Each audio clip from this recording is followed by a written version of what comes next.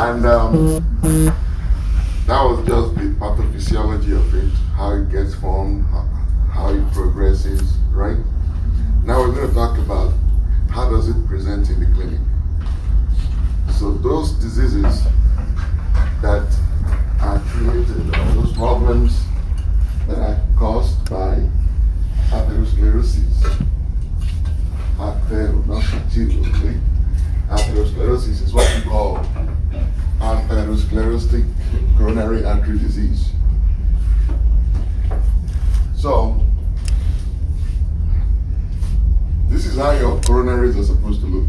They're supposed to look clean, and nothing should be in them but blood flowing.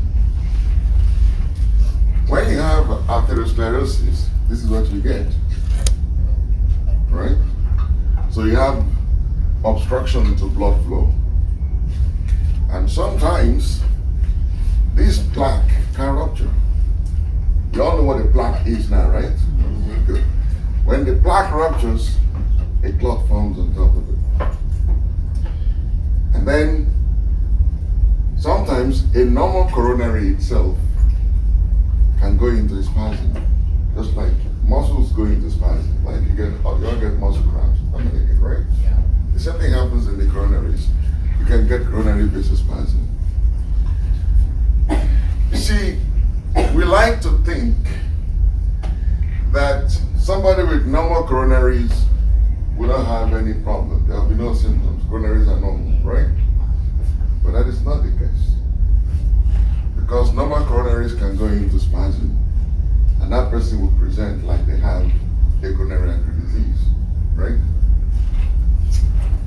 We like to think that if somebody has a plaque like this is a fixed obstruction, right? That obstruction is fixed.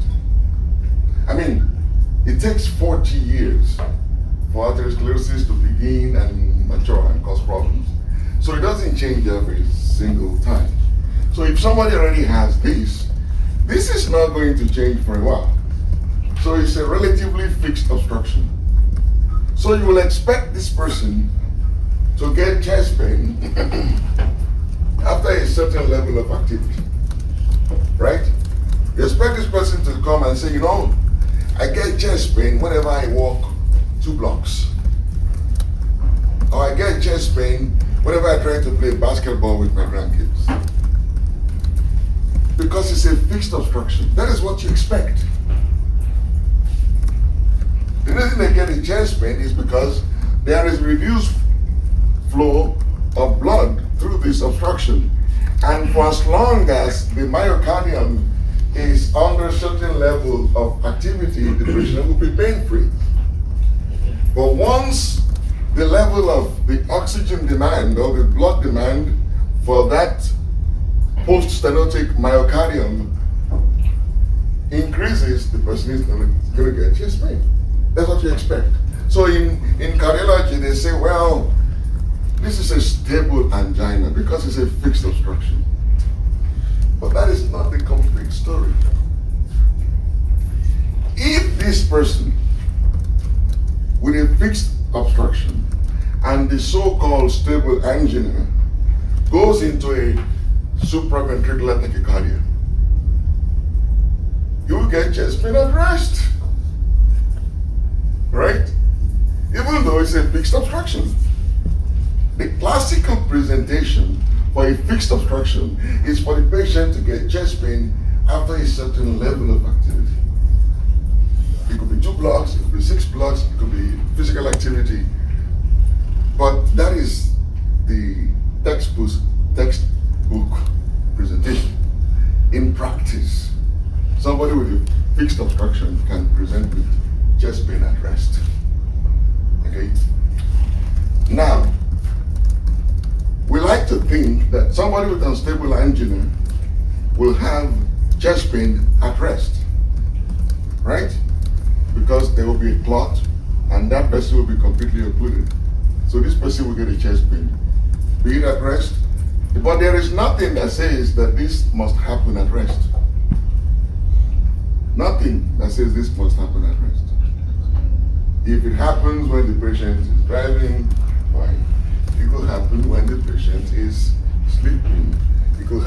when the patient is playing basketball. It's a clot. That clot can form anytime, okay? And variant angina, this can happen anytime as well.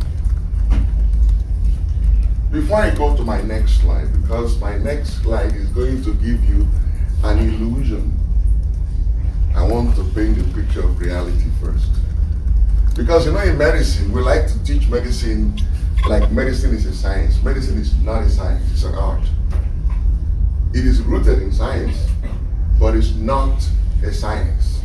So I want you to understand that and pay attention. Everything I just told you is what this is.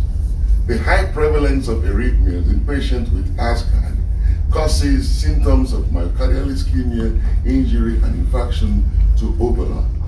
They overlap and they create a diagnostic challenge. So you cannot take a history of chest pain, regardless how good you are, and be able to tell whether a patient has stable angina, unstable angina, or anything. You just know that this is a coronary artery disease. There's a problem here. We need to figure out what is going on. Okay? So here is a table.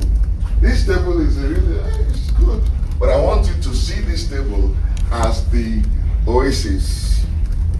The eye of a storm, right? It's calm in that eye, but all around it is turbulence. So this is your oasis. This is what it should be in your mind. But don't get fooled in practice. And when they set your exam, they set your exam as if this is reality. This is not reality.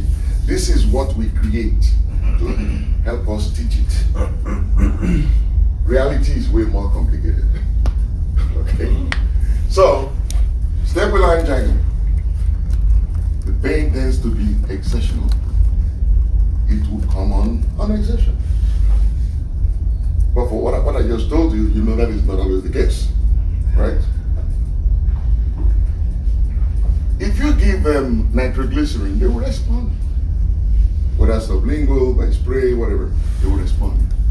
And generally, the cardiac enzymes are normal because there is no infarction. The only reason you get elevated cardiac enzyme is when the cardiac muscle dies and release the enzyme. If the cardiac muscles are not dead, they're not going to release the enzyme, so they're normal. The cardiac enzymes will be normal.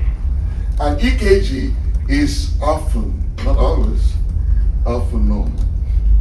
Okay, so when you have all these, the emergency room guy will say the guy has stable angina. Okay? When you have unstable angina, they say you have rest pain. But you could have unstable angina while you're playing basketball. That does not mean it's not unstable angina. Right? So typically speaking, we say unstable angina is rest pain. The reason we call it rest pain is to really reflect the underlying pathophysiology. It's a clot that has now completely occluded the coronaries, and the patient does not have to exercise to get that pain. That is the meaning of that rest pain. It does not mean that it always occurs at rest. Okay?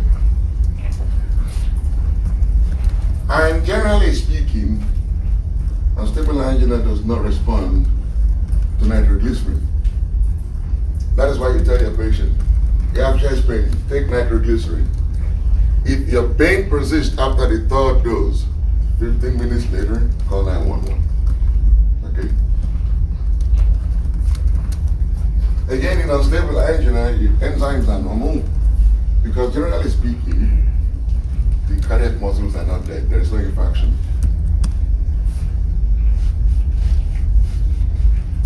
And there will be evidence of ischemia. So the ST segment will be depressed. Okay?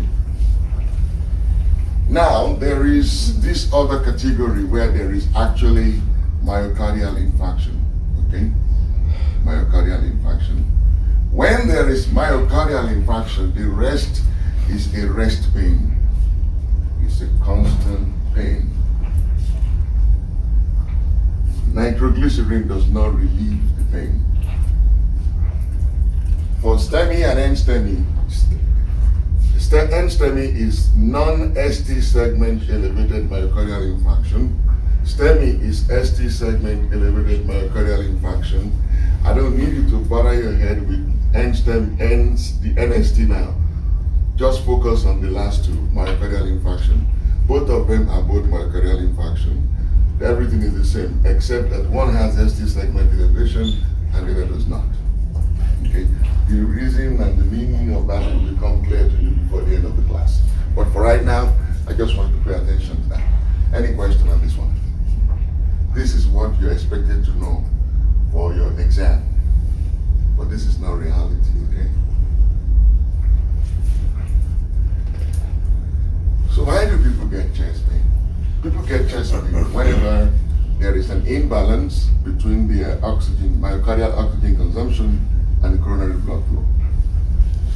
Whenever there is an imbalance between myocardial oxygen consumption or coronary blood flow. Whenever myocardial oxygen consumption increases, either because of arrhythmia, increased force of contraction, increased afterload, or increased preload. You know what those means now, right? All of this will increase myocardial oxygen consumption, and they will give you chest pain in the presence of reduced coronary blood flow. Okay? So coronary blood flow can be reduced by vasospasm, fixed stenosis, a thrombosis, right? How does it present really? What is angina? Angina is a chest pain, but it's not just chest pain. It's a very unique kind of chest pain. It's a pressure-like, it's a precordial discomfort, usually precipitated by increased stress, exertion, or palpitation, and promptly, usually under 3 minutes, relieved by rest, relaxation, or sublingual language. That is what angina is. So angina is not just chest pain. It's a chest pain with these specific characteristics. It's pressure-like, it's precordial, it is precipitated by stress, exercise, arrhythmias, it is promptly relieved by rest, relaxation, nitroglycerin. Okay, very important. Now, the thing about it is, what you expect is a precordial discomfort. But the truth is, angina can be anywhere really. The characteristics of angina may vary from person to person, but it is usually the same for each person, unless it is complicated by unstable angina. So, some people get coronary ischemia and they feel their left shoulder pain. Others get it and they feel a precordial discomfort. Some others get it and it's an epigastric discomfort. So the location varies from person to person, but the location is relatively constant for that patient. So if your patient comes and says they have precordial discomfort, and you document, you do a stress test, they say, oh, there is little coronary artery disease. And the same patient now comes to you 2 weeks, 2 months, 2 years later, and say they have right shoulder pain or left shoulder pain. You already know them. That yes, he does have coronary artery disease. The first time he presented with coronary artery disease, it was an epigastric pain. It was pressure-like. It was precipitated by stress. It was relieved by nitroglycerin, but it was an epigastric pain. Now the patient is presenting a year later with the left shoulder pain. For that patient, that can be related to his coronary artery disease. You need to look for a shoulder disease. Okay? So it could be substernal, it could be both, it could be epigastric, it could actually be in the back, right? It could be in all these places. Jaw pain, right? One problem with African American patients, especially male, is like they don't trust doctors.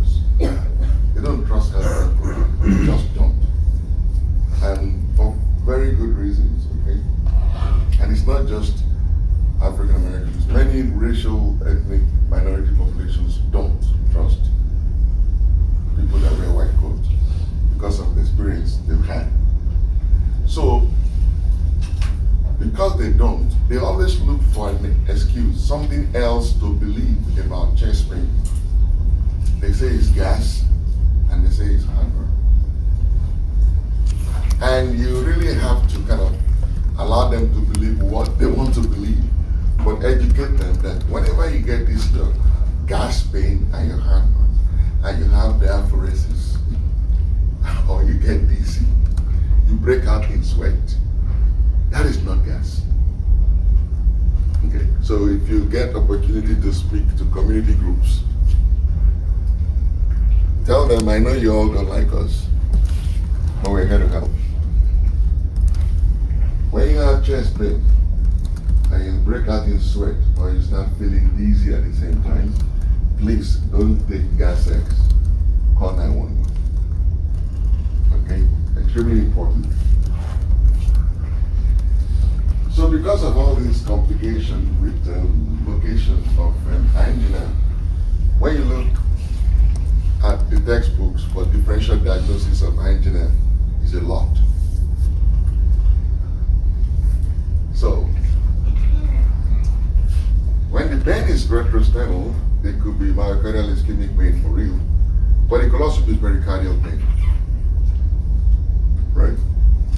It doesn't have to be myocardial. It could be recovering of the heart that is inflamed, and that is not a coronary artery disease, right?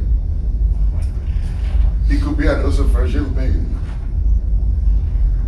An esophageal pain like diffuse esophageal spasm. You guys talked about that, right? It could present just like chest pain. And you know what is crazy? It responds to nitroglycerin. Did Lindsay tell you that? Yeah, it does respond to nitroglycerin, so it could really confuse you, right? But you have to put a lot of things together, the risk factors, the age, all of that will help you tell me apart. It could be an aortic dissection. But generally that pain is not going to be pressure-like. It's going to be like a tearing, something is ripping within. It could be a mediastinal tumor, even pulmonary embolism. Of course, the characteristics of the pain will help you differentiate that. When the pain is between the scapula and the back, it could be myocardial ischemia, but it could also be musculoskeletal pain. It could be gallbladder or pancreatic pain. How would you tell those apart? If it is a musculoskeletal pain, if you touch it, it will hurt.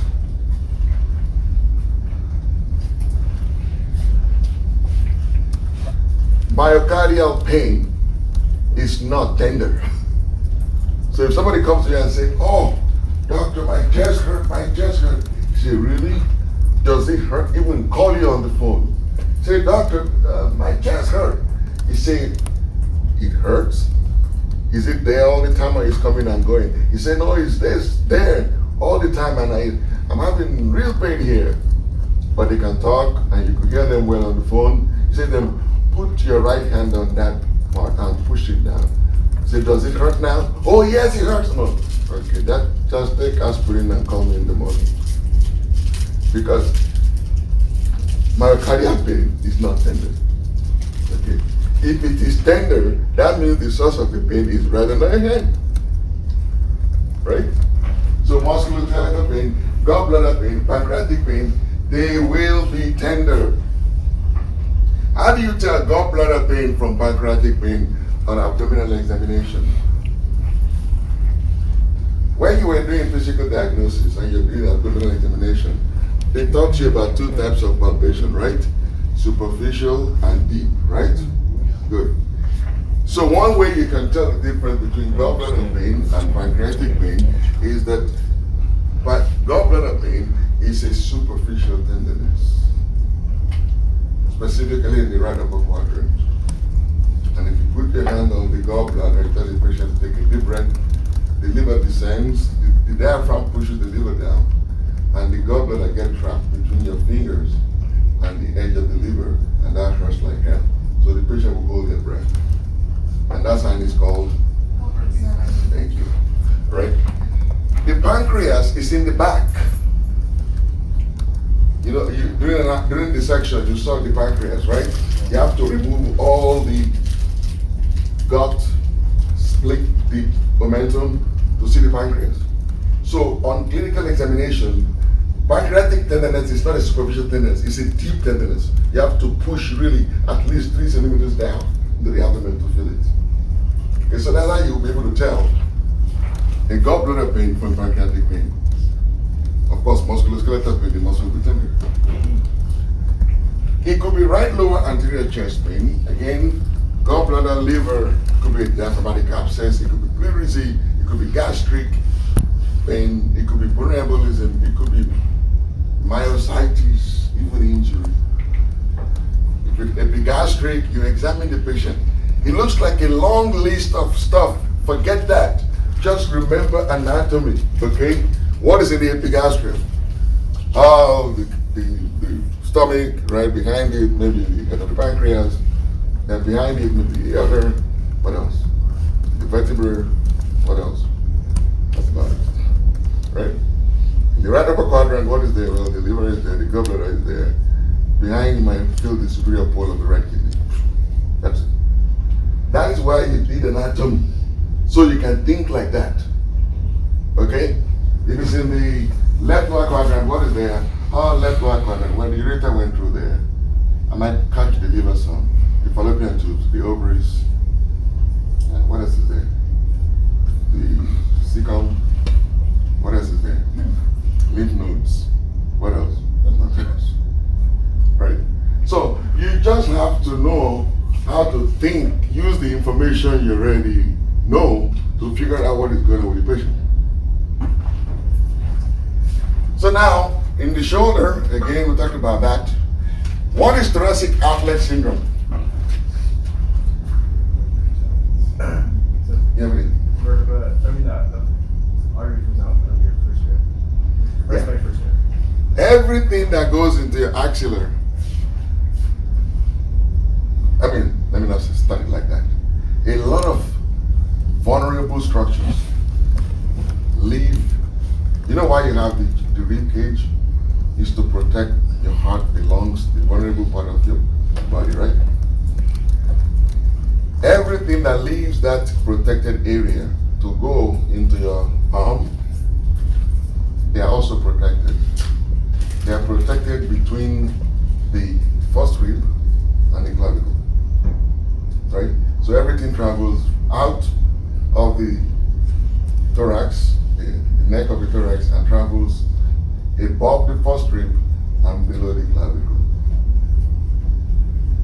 You know, that is why if somebody grabs you, you should always try to free your arms, right? And if you can free your arm, I want to teach you how to deal with a death blow. Okay? If you can free your arm and you sink your elbow into that person's superior clavicular fossa, you will kill them. And they will be dead in minutes.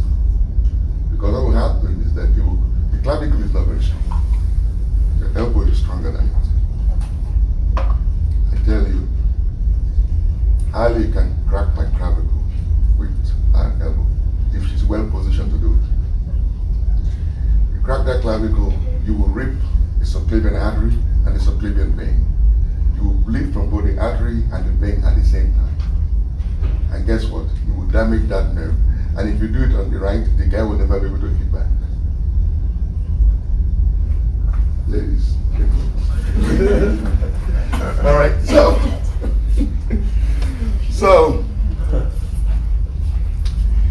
thoracic outlet syndrome is when there is narrow space between the clavicle and the first rib in such a way that the nerves and the vessels get compressed.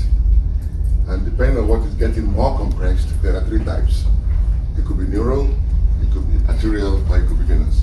They have a kind of symptoms. Okay. If it's arterial, the patient will have problem when they're shoveling snows or playing table tennis. If it's venous, it will be swollen. If it's neural compression, they will be numb all the time. They try to get it numb.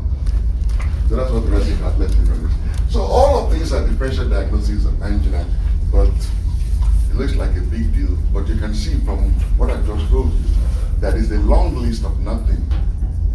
All you really need to know is just understand the anatomy and what is where. and understand the character of the pain you're dealing with. Okay? So let's talk a little bit about stable angina. Again, stable angina is a precordial chest pain precipitated by an imbalance in coronary blood flow and myocardial oxygen demand. How does it present? It's a precordial chest pain. It is precipitated by exertion or rapid heart rate, tachyarrhythmia, but is promptly relieved by rest and rate control or restoration. Okay? How do you treat it? You do three things. You increase the coronary blood flow, you decrease myocardial oxygen demand, and you give aspirin. That's it. How do you increase coronary blood flow? Give them nitrate. You can give them by sublingual nitro, by spray, by tablet, by IV, depending on where you are. Carry it in your pocket if you're going to Burundi. You decrease myocardial oxygen demand by beta blocker. Beta blocker. Okay? If your patient is asthmatic, so you can't give them beta blocker, right? You now give them calcium channel blocker. Which one? Just which kind of calcium channel blocker would you give for stable angina? Which like name? No, which class? There are two classes of calcium channel blocker. I would give non-dihydropiridine. Thank you, the non-dihydropyridines. And if you give non-dihydropyridines and the patient continues to have a heart rate of, say, 110, 120 every time you see them, what will you do? If you see somebody with stable angina and you're like, okay, I'm going to start with beta blocker, give them metoprolol, and you maxed out on metoprolol, and every time they come, their pulse rate is 110, 120. What would you do now? So they're having a lot of tachycardia still. And you've excluded neurotoxicosis and everything else. It looks like this is one of those idiopathic sinus tachycardia. Can you just switch them to the calcium channel? Say you switch the calcium channel blockers and you max out on that and they're still tachycardic. You combine it. Right. Right, I told you. Don't never ever combine that non-dihydropyridines with a beta blocker. You will cause heart block. If your patient is already tachycardic, it's unlikely you will cause heart block. Okay? So that is the only time you can combine a non-dihydropyridine with a beta blocker. That's why in medicine we say never say never in medicine. Okay? Never say never. In medicine, the sun could rise from the west one day. You just never say never. Okay? So that is the only time you can actually do that. Okay? Otherwise, don't do it. Okay, aspirin. If your patient is over 50 years and you have completed their 10-year risk for heart failure and is more than 10%, give aspirin. We're not sure about the benefit of aspirin in people that are over the age of 70. It's questionable. Some say it works, some studies say it doesn't work. But if you compute your patient's coronary artery disease risk over 10 years and it's more than 10%, give them aspirin as well. Otherwise, what you really want to do is to increase coronary blood flow and decrease myocardial oxygen demand with nitroglycerin and beta blockers. Any questions? Okay. So this variant angina is called Prince metal. That is after the name of the guy that discovered it, right? It's due to coronary spasm, right? It's a spontaneous precordial chest pain, usually at rest, but it doesn't have to be. Now, because it's a vasospastic disorder, your patient will present, your patient will give you clues in their presentation, or the exam will indicate that this could in fact be a vasospastic disorder. Most of the time, Prince metal or variant angina is associated, is caused by coronary vasospasm and usually associated with vasospastic disorders, vasoconstrictor drugs, coronary microvascular dysfunction, or stress. Now, vasospastic disorder, how do you know that? Migraine. So you see a 26-year-old female with a history of migraine presents with precordial discomfort that is pressure-like, relieved by nitroglycerin, brought on by exertion. Would you call her? Would you send her for coronary angiogram? Probably not, right? You might say, well, this could be prince-metal angina. You would treat it with nitroglycerin and with a blocker, but you will know that you will not waste time to get that patient to do coronary angiography. She's 26 years old, for Christ's sake, and she didn't smoke. She doesn't have elevated cholesterol. It's less likely that this is atherosclerotic, right? Good. Or somebody tells you, oh, I do cocaine on weekends, and they come in to you with chest pain. Have you heard about vascular age? Okay. Vascular age is the way cardiologists try to assess the damage you have done to yourself as a result of illicit drug use. So if you are 40 years old and you've done drugs for 20 years, your vascular age is your biological age plus the years of drugs. So if you've done drugs for 20 years, your vascular age is 60. So if you are 50 years old and you've done drugs for 10 years, your blood vessel, when they are looked under the microscope, will look like a 60-year-old person's blood vessel. Okay, that is called vascular age. All right? So pay attention. Elicit history of drug use. And you have to know how to ask people if they've done drugs. Don't look at your patient and ask, do you do drugs? The guy will look at you, why? Because I'm black? No, you ask simple questions. Do you smoke? Say, yes. What do you smoke? When you ask people, what do you smoke? Most people that do drugs will smile. Right? Because they know, oh, you're being very tricky, and they will know that, yeah. They say, or they will say, those that don't do drugs will say, cigarette, of course. Right? Because they even find the question, like, what do you mean? What do I smoke? What do people smoke? So that is the naivete that is coming out. People smoke other stuff, my friend. Right? So the cigarette, of course, means probably not a drug user. But we say, what do you smoke? And the person smiles. You say, well, cigarette and sometimes marijuana. That's it. Say, what else do you smoke? Oh, no, that's it. And then we say, what else do you smoke? It was like, man, you're really pushing this, man. I do cocaine, time and again. See, that is how you ask them. Don't ask it directly. You will piss people off, and they will feel disrespected, and they will complain and write a report about you. And you know that health plans listen to every Tom, Dick, and Harry that have something to say about you, good or bad. You may be innocent, but do you really want to prove your innocence? Honestly, you want to spend your time writing a response to something one patient said about you? The fact that they even had the need to complain about you is a failure on your part. Nobody should have a reason to complain about you. You should be that compassionate.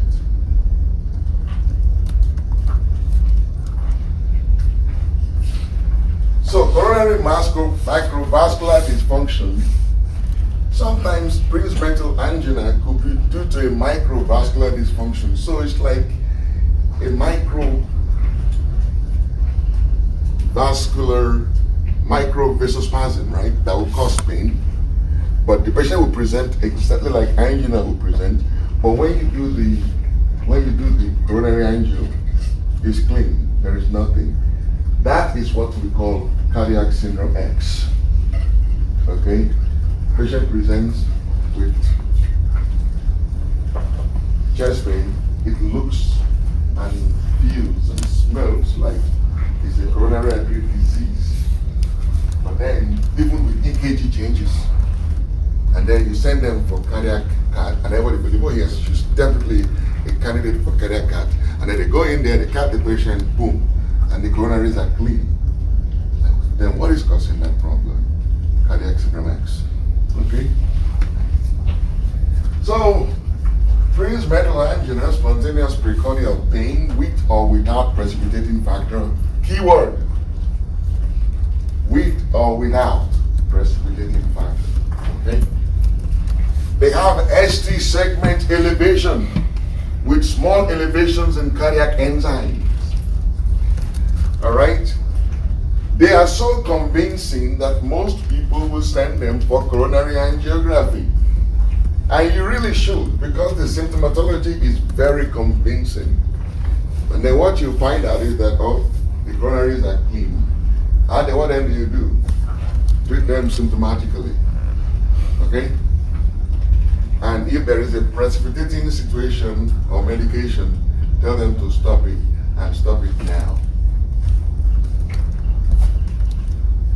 I'm going to talk a little bit about stress-induced cardiomyopathy because the Japanese, that came out of Japan, and it's a very interesting entity. They present like they have transmeasure funding. Okay? But actually what is happening is that they have microvascular dysfunction. The microvascular dysfunction, you should listen to the story. Okay? Once you understand it, put it down in your own words. The microvascular dysfunction is usually severe and has been known for a long time. Okay? Most patients with this are patients that live under extreme stress. So that microvascular dysfunction is a manifestation of chronic extreme stress. And because it's a microvascular dysfunction, they lose heart muscles on micro scales. So when they lose heart muscles on micro scales, the myocardium thins. Okay? And then there will come a time when the myocardium will thin out and will not be able to mount any pressure during systole. So when you do the echocardiogram, you look at the heart. This is the heart in diastole. You see how it feels? The dark thing there is blood, right? Mm-hmm. You see how it feels in diastole? Look at the same heart in systole. You see the lower portion is not contracting. Only the upper portion is contracting. Right? You see that? This is the heart. This is the ventricle. In systole, see what is happening? The bottom half of the ventricle is not moving because it's so thin. A lot of the contraction is happening only at the top half of the ventricle.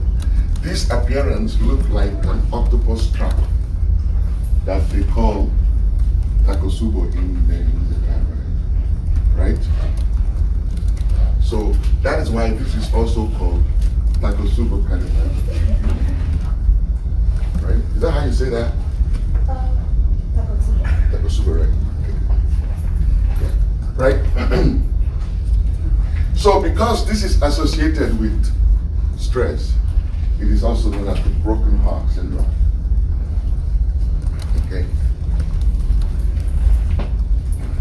Patients with Takotsubo cardiomyopathy, they don't have atherosclerotic coronary artery disease. They are mostly women. They are under severe psychological stress.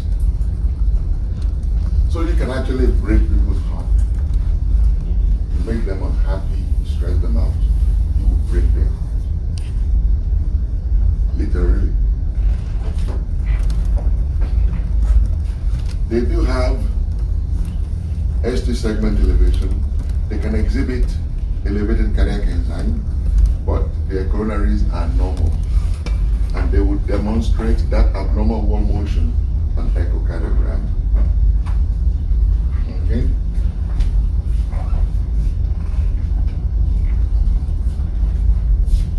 %80 of them are women. Okay? 80% of them are women. Stress, arrhythmia, and all that.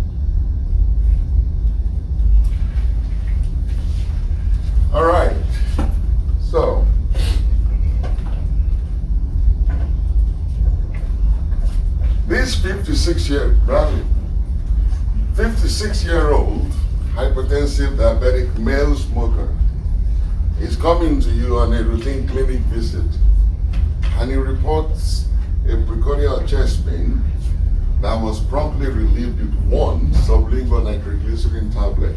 He got that tablet from his friend, right?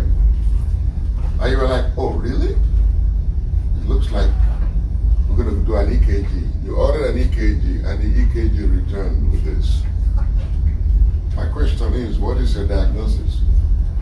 So, what is on that EKG?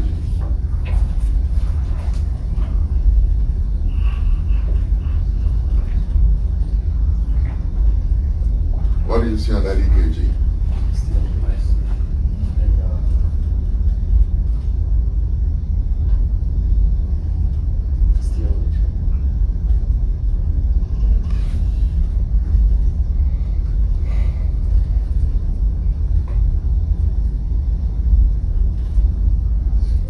How long does it take to have a cursory assessment of an EKG? 10 seconds. 10 seconds, that's all it takes. 1 second for every element on arrows, and 3 seconds to figure out what the heck is going on. So, don't waste my time. What is on that EKG?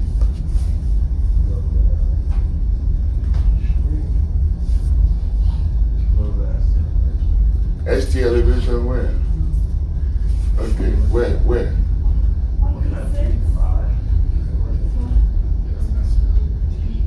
Okay, can the class see something on this EKG? Say that again? Thank you. The EKG is pretty much normal axis, normal orientation.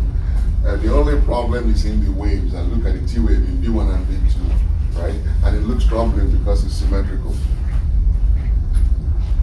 right?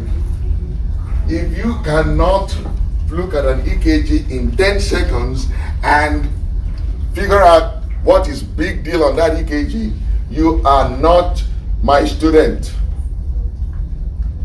I will disown you. 10 seconds is all it takes. All you need to do is just play arrows in your mind and you should be able to see it. Axis 1 second, rate 1 second, reading 1 second, waves. Because we look 4 waves, 4 seconds. 1 second per wave. It's not a big deal. You should, that is what your goal is. 10 seconds. Please. It is not a big deal. I mean, honestly, if it is something big on the EKG, you should spot it in 10 seconds. Right now, go back and then make sure you have not missed anything. But in 10 seconds, Bradley, you should have been able to tell me, well, not much, but there's two conversion in V1 and V2. Yeah, I was looking at inverted T's in V1, but kind of coming off of this. Yeah, and the reason this is troubling is because that T wave inversion is symmetrical. That is an ischemic pattern, right? So now, Bradley, you say, okay, this is bothering. You put a circle on here. What would you do now? After you see, okay, this patient is sick. So you identify that. What is your follow-up plan for this patient? They have T wave inversion, and you're saying it's ischemia? Yeah, because of the pattern here, it's symmetrical. Well, you would treat them and you would treat them, okay, with what? So you will give him his own nitroglycerin, right? Okay, and maybe his own beta blocks, right? Okay. And what, is that the end of it? No, probably. Good. You want to evaluate that problem, right? So what would be the first thing that you would do? What? Huh? Cardiac enzymes, but you're in the clinic. Plan won't pay for cardiac enzymes. And moreover, the guy told you the pain is stopped now. You just had one episode, right? You want to see, does this guy have coronary artery disease? Oh, stress test. Stress, not EKG stress test. Standard stress test. That's what we do. So whenever you suspect that somebody has coronary artery disease, a normal, regular guy Why? Should you suspect this guy has coronary artery disease? Should you? Why? Thank you. He has enough risk factors. That is how you think. Right? You see, you look at him, he's 56 years old, he's diabetic, he's hypertensive, he's a smoker. He has everything he needs. Right? So he has a high risk. He has evidence of ischemia and ECKG. You will send him for a stress test. Yes, Bradley. Why would you do stress test with EKG? I'll get that a little bit, 2 slides down. Right? So you send this guy for a stress test. The stress test that you want to do is what is called the Bruce protocol. Standard. Okay? What are you looking for on the stress test? You're looking for evidence of stress-induced ischemia. Specifically, you're looking for ST segment depression. Okay? So you put the guy on a treadmill, and you run the treadmill. After a few minutes, you elevate it. All this time, the guy is wired to cardiac monitor, EKG actually. And all you're looking for, you want to stress him to make sure he gets to his maximum heart rate, which is 220 minus his age. Okay? So you want to stress this guy, in this case, guy is 56 years old. You're going to stress him until his heart is at least over 170. That is when you've stressed the heart. If the heart can operate at 170 and not show any evidence of ischemia, the coronaries are good. They're clean. Enough blood is getting through. Okay? You're looking for ST segment depression, and not just ST segment depression, a specific pattern of ST segment depression. The one you really want is the horizontal ST segment depression. That is the one that does not have a lot of error rates. The least reliable ST segment depression is the upslope type. So when you look at ST segment depression, now you can see it's upslope like this. About a third of the time, close to a half, is nothing. When it is downslope, it's still not foolproof. About 10% of the time it's a mistake, or it's a recording, it's not specific. But when it is horizontal, you want to worry about that one. Okay, so ST segment is not enough. It's got to have the right pattern. Got it? Excellent. Excellent. Okay. So Vinny, here is a 68-year-old morbidly obese hypertensive female with a history of severe osteoarthritis of both knees. She says she experiences on and off precordial chest pain episodes whenever she walks with her husband. But they are usually promptly relieved with sublingual nitroglycerin tablet. She gets that from her husband. What is on this EKG? Excellent. Borderline tachycardia. What else? Not very discernible fever.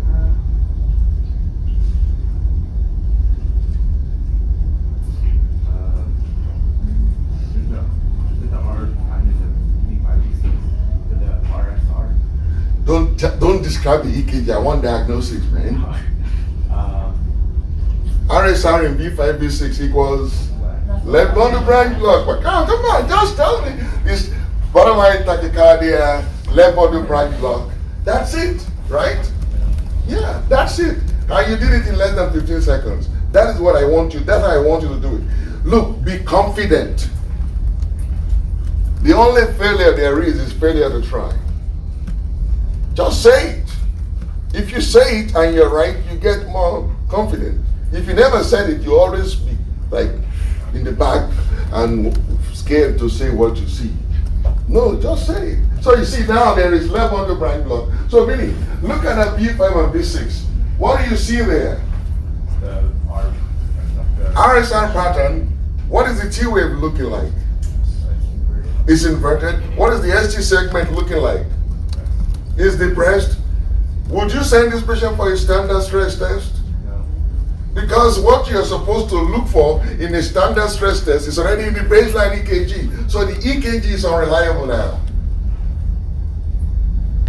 So when the baseline EKG is unreliable, then you cannot send the patient for a standard stress test. Okay? That is why now you do other tests. Yes, yeah. Even if her EKG didn't look like this, would you even be able to send her for a stress test? If she's morbidly obese with osteoarthritis in both legs and... Thank you. Okay. Thank you. If she's morbidly obese, severe osteoarthritis, would you send her for a standard stress test? No, you won't. If she's diabetic with amputation, would you send her for a stress test? No, you won't. She can't. You can't exercise. Yes, brother. Would you ever do an echo? Yes. That's where I'm going to next. All right. So there are times you're not going to be able to send your patient for a standard stress test. Right? When there is severe osteoarthritis or patient is already amputated, right? Or when the baseline EKG, what you're supposed to see on the standard Bruce protocol that is supposed to help you identify ischemia is already present in the patient at baseline. EKG is useless. So you can't really do a standard stress test. Then you do, that's where we now go and do other stuff. One of the things we do is myocardial stress imaging. And you do this when there is ambulatory or baseline EKG challenges. EKG challenges are EKG changes that will make it difficult for you to interpret what you're going to see on a standard stress test. Okay? Right? Mm-hmm. Excellent. So there are two types. There is the myocardial scintigraphy. So basically what you do is you put a tracer in the patient's blood and you take X-ray, and the X-ray tracks the gamma rays coming from the heart, and the uptake of the gamma emitting radioisotope is directly proportional to blood flow, which is called lexicon or adenoscan. Okay? Or you do radionuclide angiography, also known as MOGA scan. MOGA stands for multi-gated acquisition scan. The same principle, okay? You put radio tracers and you watch the heart and you're looking at abnormal wall motion, okay? So you do myocardial stress imaging. It's not a routine test. It has a specific indication. It is indicated only when you cannot do standard Bruce protocol, okay? And another option you have, and this is a nuclear medicine test. Nuclear medicine facilities are not common. In California, we have them in Los Angeles, only in UCLA. I'm not even sure they have it in Sirius. Right, so these are not easy facilities, okay? When I was a radiology tech at UCLA, no, I was not a tech, I was a radiology escort. I used to go to the floors and get the patients down and all. Anytime I go into the nuclear medicine facility, I used to be amazed. Huge facility with a lot of complicated stuff going on there. And I used to just take the chart and I'll be flipping. And those tech used to wonder, like, this guy's supposed to be an escort. What does he know about that chart? They didn't know I was a foreign medical graduate. I was taking my exam at that time. Everybody always wondered, like, why is he so inquisitive? Because I was learning on the job. You know. So you do myocardial stress imaging. If you remember myocardial scintigraphy, good for you. If you don't forget lexicons or adenoscan, because that's the term that is used in the hospital. So when you say your patient is going to have an adenoscan, you know exactly what that is. It's a myocardial stress imaging. Or they say somebody's name for MOGA scan. You're looking for wall motion abnormalities in somebody that cannot go to standard stress test. Okay? Well, if you don't have a nuclear medicine facility, then you do stress echo. You can get echo anyway. In fact, we're even thinking of buying some echo machine here right now. Okay? So you can do echo. And what are you looking for? The same thing. You're looking for wall motion anomalies. Okay, so look, pay attention. Where there are no nuclear medicine facilities, because stress echo is not as sensitive.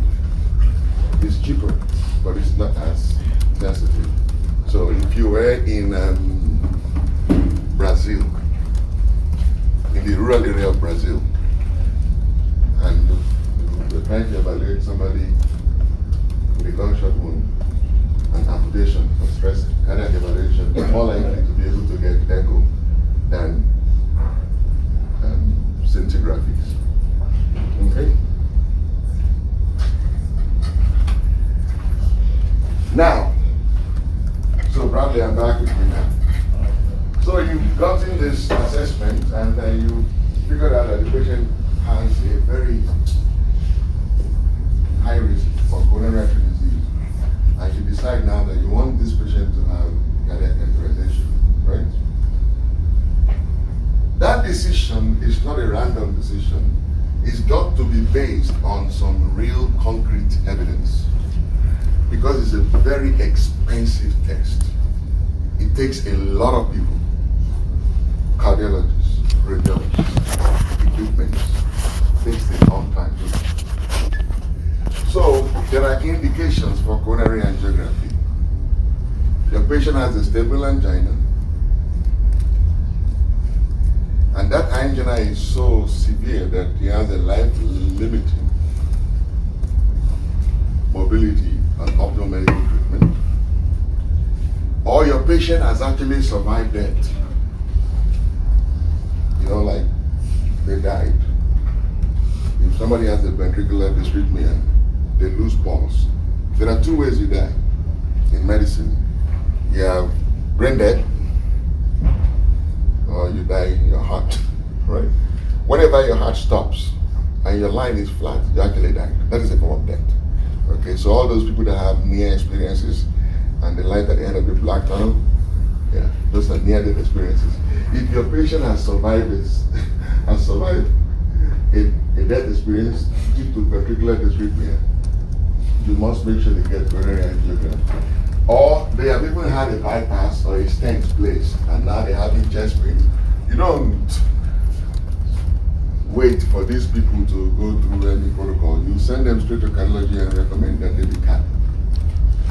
Or your physical examination on a patient with chest pain, bradycardia, and hypotension. Those are bad things. If your patient is having bradycardia and hypotension when they're having chest pain, that means you're compromising the conducting tissue and a significant portion of the mechanical tissue of the heart. That's why blood pressure is dropping. Or your patient has a specific heart murmurs, and the two that you're worried about, mitral stenosis and aortic stenosis. Okay? Or your patient has pathologic Q wave on EKG. If your patient has a pathologic Q wave on EKG, that means they've already suffered an event. And if you don't, and they survived it, if you don't do something now, you cannot say they will survive the next one. Okay?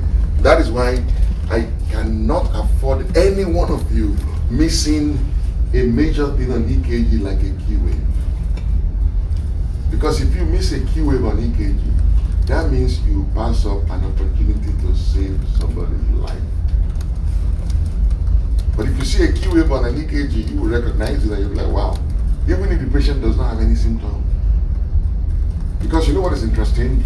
When people develop coronary artery disease, they adjust their own lifestyle to their disease.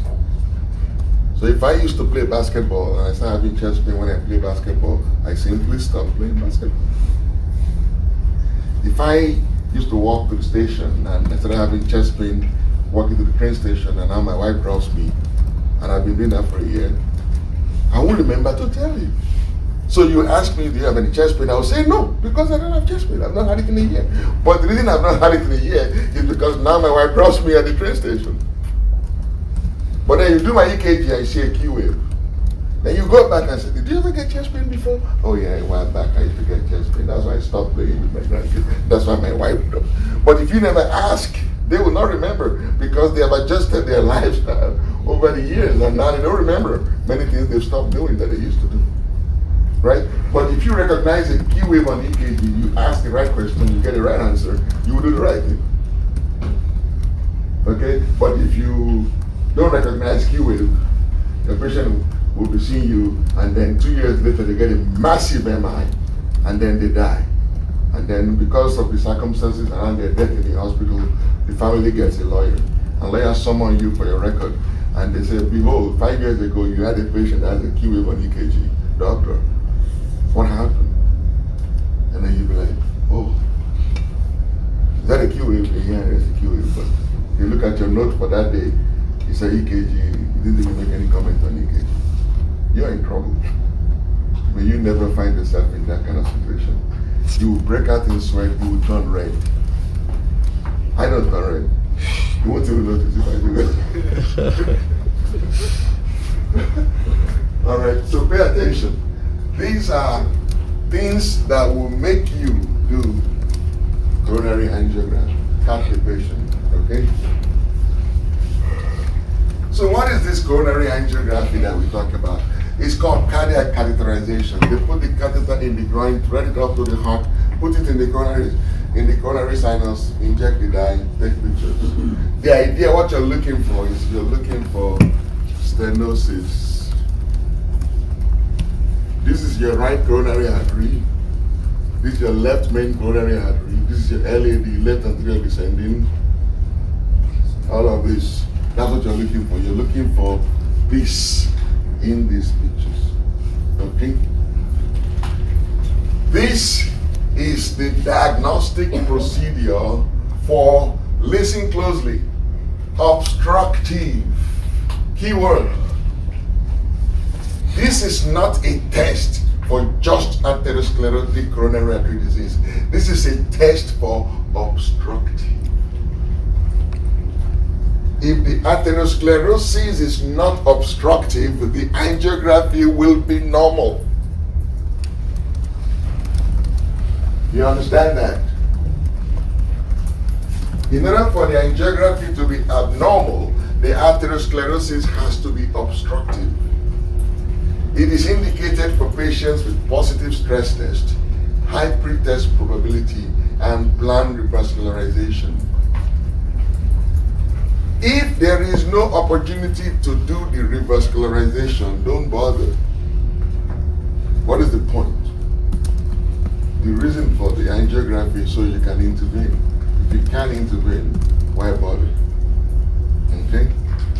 So if you're doing medical mission in Soweto, and you see somebody with all kind of risk factors and EKG is positive and your echo is showing wall motion, and you're in Soweto, in the rural area of Soweto, will you go and say, oh, you need an angiogram? You don't have that. Just do as much as you can for secondary prevention and pray for them and get on the plane. All right? It used to be a dangerous procedure, okay? But not anymore.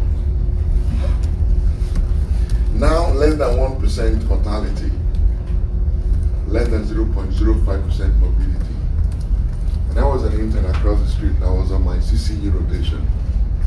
This rich woman came from Nigeria because she'd been having chest pain, and they took her to cath lab. And she had atherosclerosis.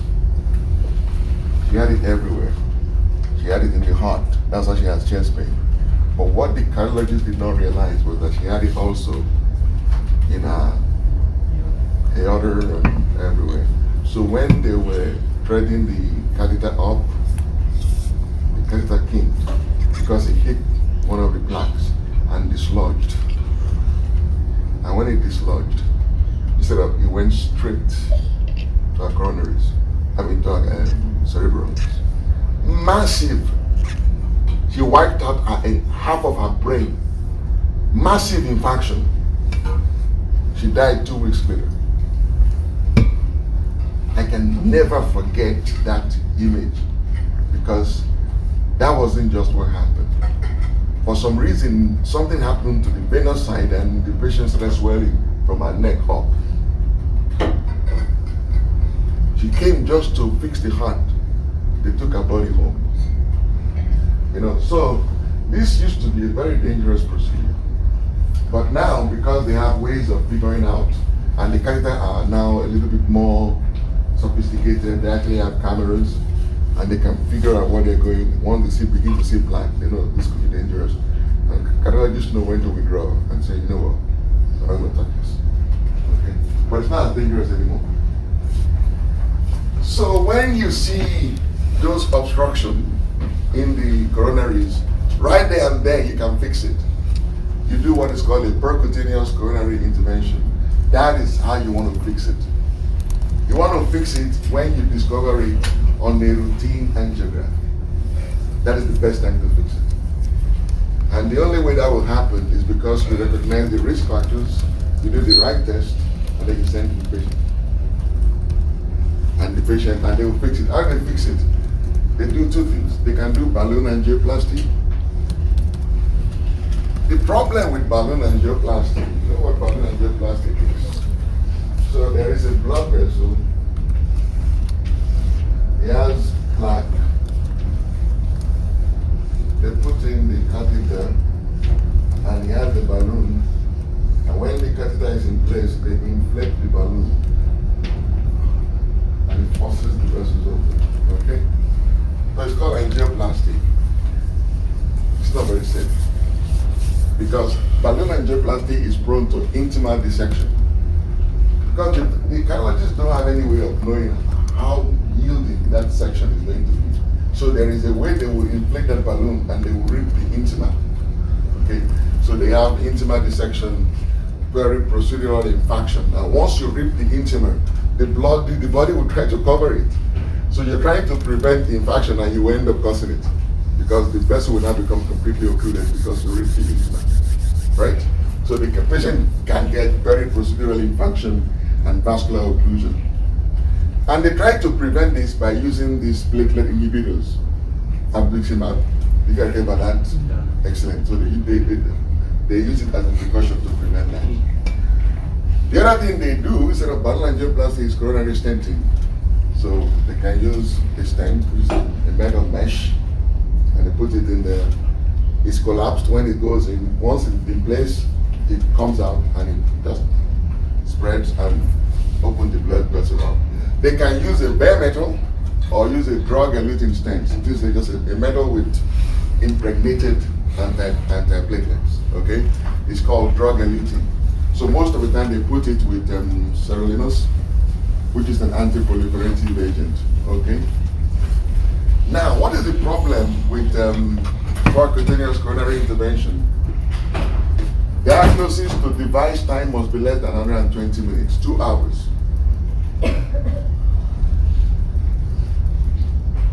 If your patient has already been grafted, PCI does not work. You cannot do percutaneous coronary intervention on a graft. Okay? And the problem you have is, remember that you're putting a stent, but you're not really fixing the atherosclerosis, right? So they tend to have restenosis within 6 months. 10% of these drug-eluting stents will restenose in 6 months. And about a third of bare metal stents will restenose in 6 months. These are complications. So restenosis, just because somebody gets a graft and they were stented, doesn't mean, oh, you can go home now and live forever. Nah. Okay. Now, supposing you missed your patient and you were not able to do PCI, you got them when they are in danger, when they are in trouble. You are left with thrombolytic therapy. You will do thrombolytic therapy for somebody with typical chest pain that you got above 30 minutes but less than 12 hours. They have ST segment elevation. Thrombolytic therapy is a dangerous therapy. You want to be very careful. So not only do you want to see ST segment elevation, you want to see ST segment elevation in 2 consecutive leads. Right? So you want to see it in V1 and V2. You want to see it in lead 1 and lead 2. You want to see it in AVR and AVL. I don't know, AVL and AVF, because AVR is flipped, right? So you want to see it in 2 consecutive leads, and you want to see it at least 2 millimeter elevation in the limb lead, 1 millimeter in the chest lead. ST segment depression is not an indication for thrombolytic therapy except in V1 and V2. Okay, so if I give you an exam question, say which of the following EKG changes is an indication for thrombolytic therapy, and I put ST segment elevation, ST segment depression, elevated cardiac enzyme, the answer is all of the above. Although ST segment depression is not typically an indication for thrombolytic, but it is an indication in, you see it in V1 and V2 in a patient with chest pain. Okay? You see, these exceptions are the rules in medicine. Okay, you can't forget that. People test that a lot. Okay. When would you not do this? Okay, the left bundle branch block, new onset. So you see a patient, like I always go to the hospitals to see my patient whenever they get admitted, usually within 24 hours. So you have a patient, I don't get paid for it, but I do it. What does it take me? On my way to work, to swing by the emergency room for 10-15 minutes. When the primary care person shows up in the emergency room, doctors pay attention to that patient. Believe me, they just do. You don't even have to say anything. All you have to do is show up and introduce yourself as the primary care person. Usually the emergency room doctor, they like you. The admitting physician won't talk to you because they think they can get more information from you. And generally they pay attention to that patient because now they know somebody is watching. So I always do. So say you have a patient in clinic, normal EKG, healthy guy, he smokes, little hypertension, little diabetes, uncontrolled diabetes, little cholesterol, but overall healthy guy. Exercises, EKG was fine. And then he said, Doc, I'm in the hospital, I had a chest pain last night. And you went in there, you look at the EKG and you see a left bundle branch block. You know this guy normal EKG before. You let that guy know in the emergency room that left bundle you're looking at is me. I'll fax you his baseline EKG. You've given them something to really take care of. And that could be very helpful. Otherwise, they will send that patient home and schedule him for outpatient stress test. And that patient can be lost to follow up. Between plan denial and request for prior authorization, it will be lost in the shuffle.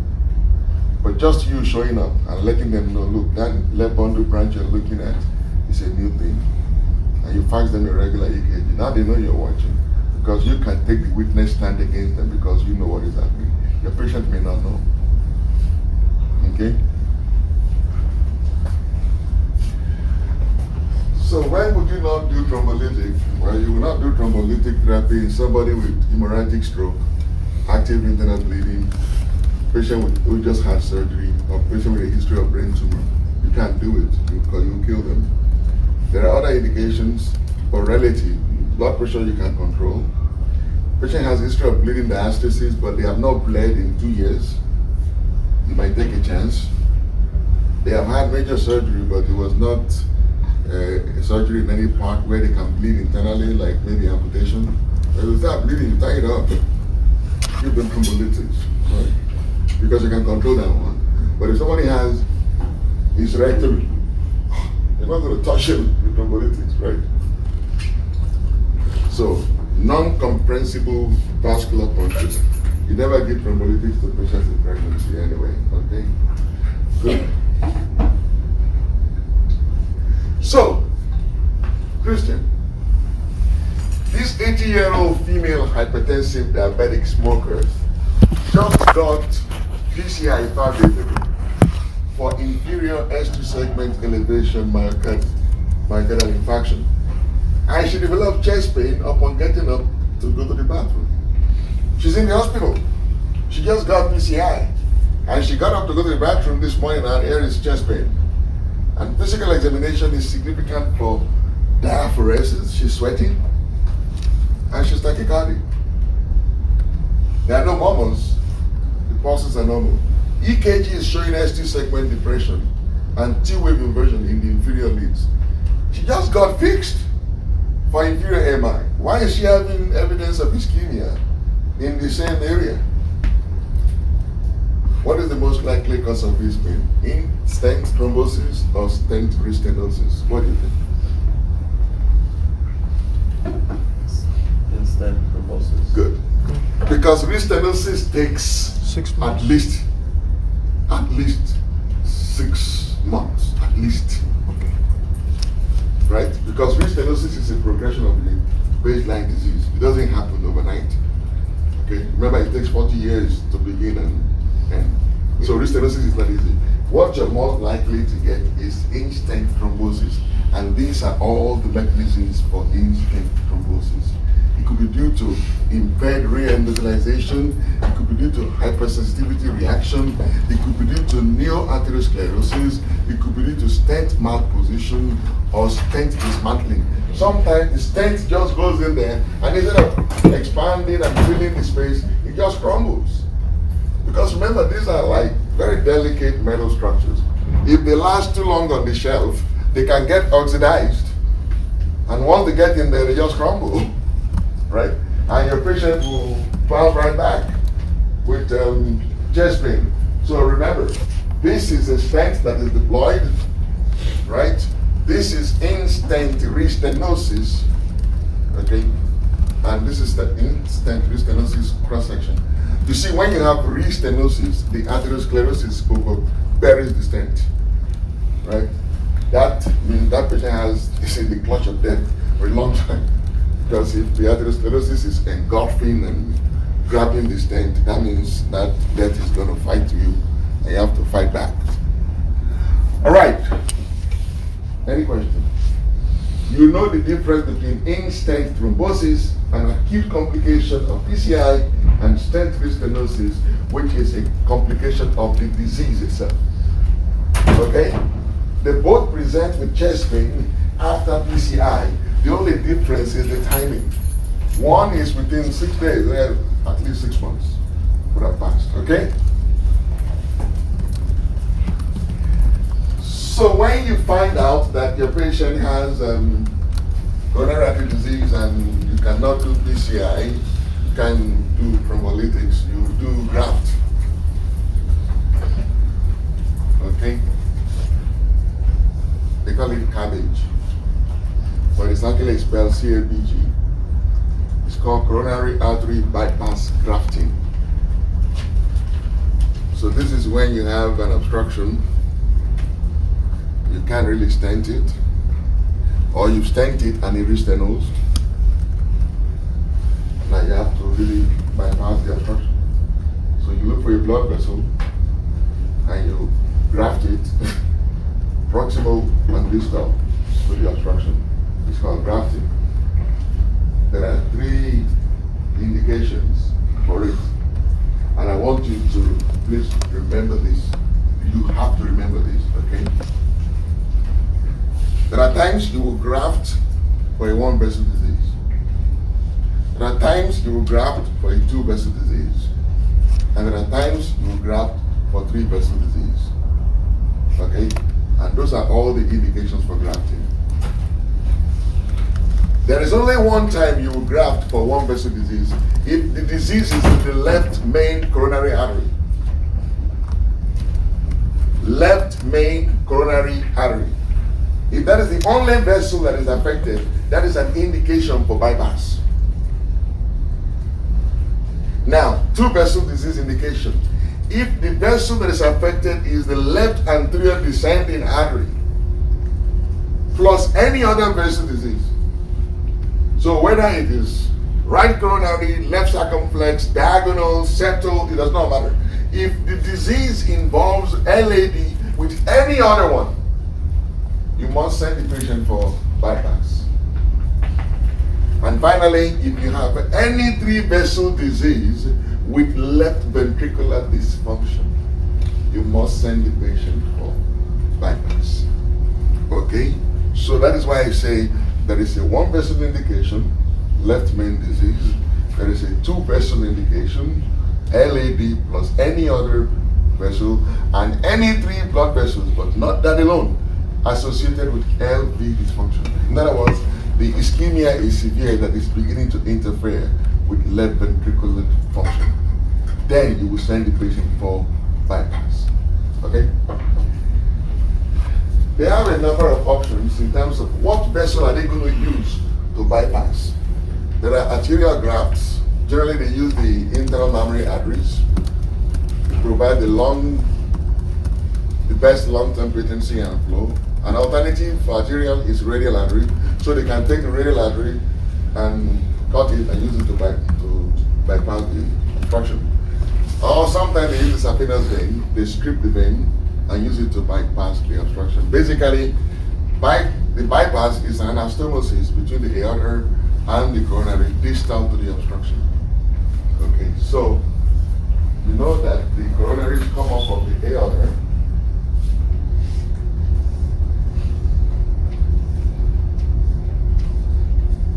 And there is atherosclerosis here. You get an artery or a vein and you connect it from the aorta to this same blood vessel, bypassing this obstruction. So the anastomosis is between the aorta and the coronaries distal to the obstruction. This stuff has a very high operative mortality, and the mortality is high if there is LV dysfunction, if this is the second time they're doing it, and if they have comorbidities like they've had valve repair or replace, or they have kidney disease. That's why cardiologists don't touch these people when they have CKD. It's not going to come out. The goal is to save the patient, not kill them. Any question? Yes. So if it is indicated, like you have one of the vessel diseases and have chronic kidney disease, then you put into a bypass? Usually it depends on how bad the kidney disease is, but that is a decision for the team. For this kind of patient, they're usually in tertiary centers where you have everybody come together, and if the cardiologist can be convinced by the nephrologist that it's not that bad, we'll be there with you, they will still take the patient. But then, it just shows that the mortality rate is high. They are not contraindications. It just means that there is operative mortality is significant. The risk of death is higher than the average risk for that particular patient. Right? Yes, sir. So, that's your question about the stents, right? Instead, like thrombosis. When would you use a drug-eluting stent? Ideally, you really prefer to use a drug-eluting stent if there is a risk of restenosis. If you can tell that this patient is, suppose the patient has had DVT before, you know, this is a thrombophilic patient. This is a patient that is likely to form clot. You would use a drug-eluting stent, right? Okay. So please, I want you to pay attention to this procedure, right? PCI, routine test, infection, thrombosis, when your patient is in an acute situation. Bypass is more permanent. We don't do emergency bypass, okay? Bypass is really the ultimate treatment. Thrombolytics and PCI are stopgap measures, okay? They are short-term therapy, okay? Remember that, don't get confused. Thrombolytics and PCIs are short-term reperfusion options. Coronary artery bypass is really a long-term, okay? So you use thrombolytics and PCI as stopgaps to keep the patient going while you can schedule the cabbage.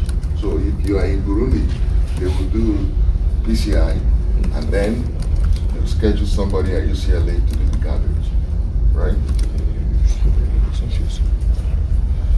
All right. Generally speaking, after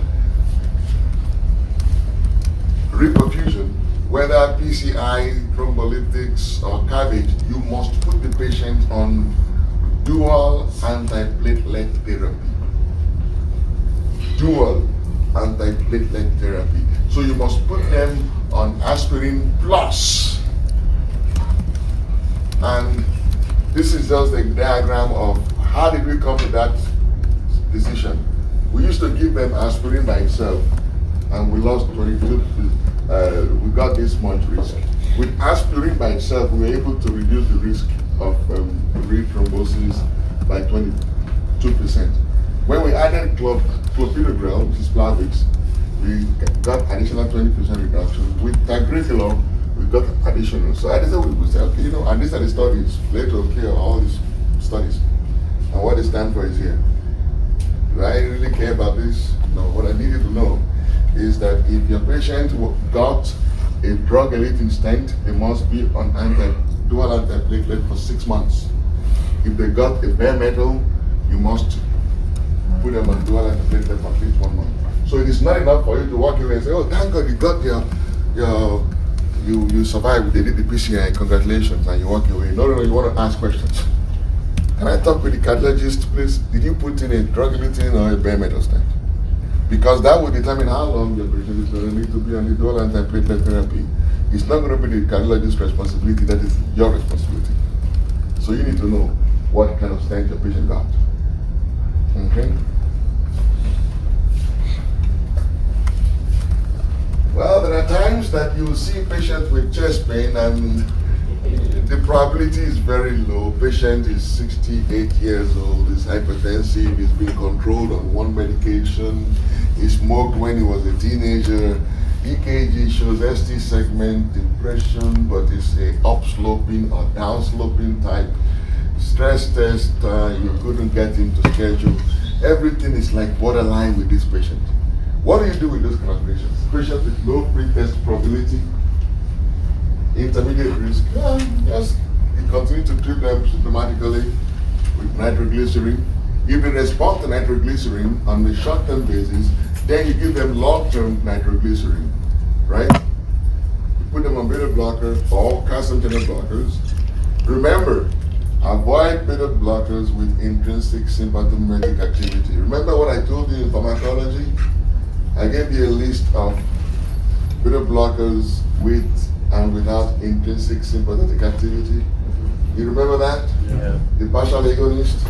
I'm going to give you one example of a beta blocker without intrinsic sympathetic activity.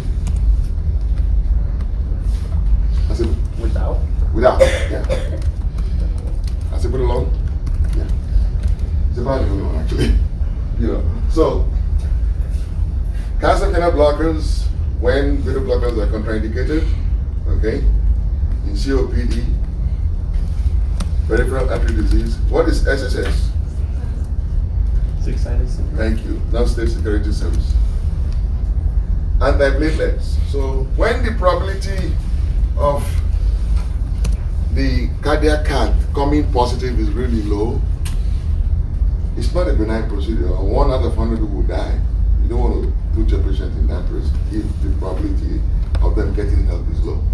Okay, so you just continue treating patients symptomatically and keep your fingers crossed. Now, I'm sure you've heard about it. There was in the news that, oh, you can actually go and get a scan to find out whether or not you have coronary artery disease, right?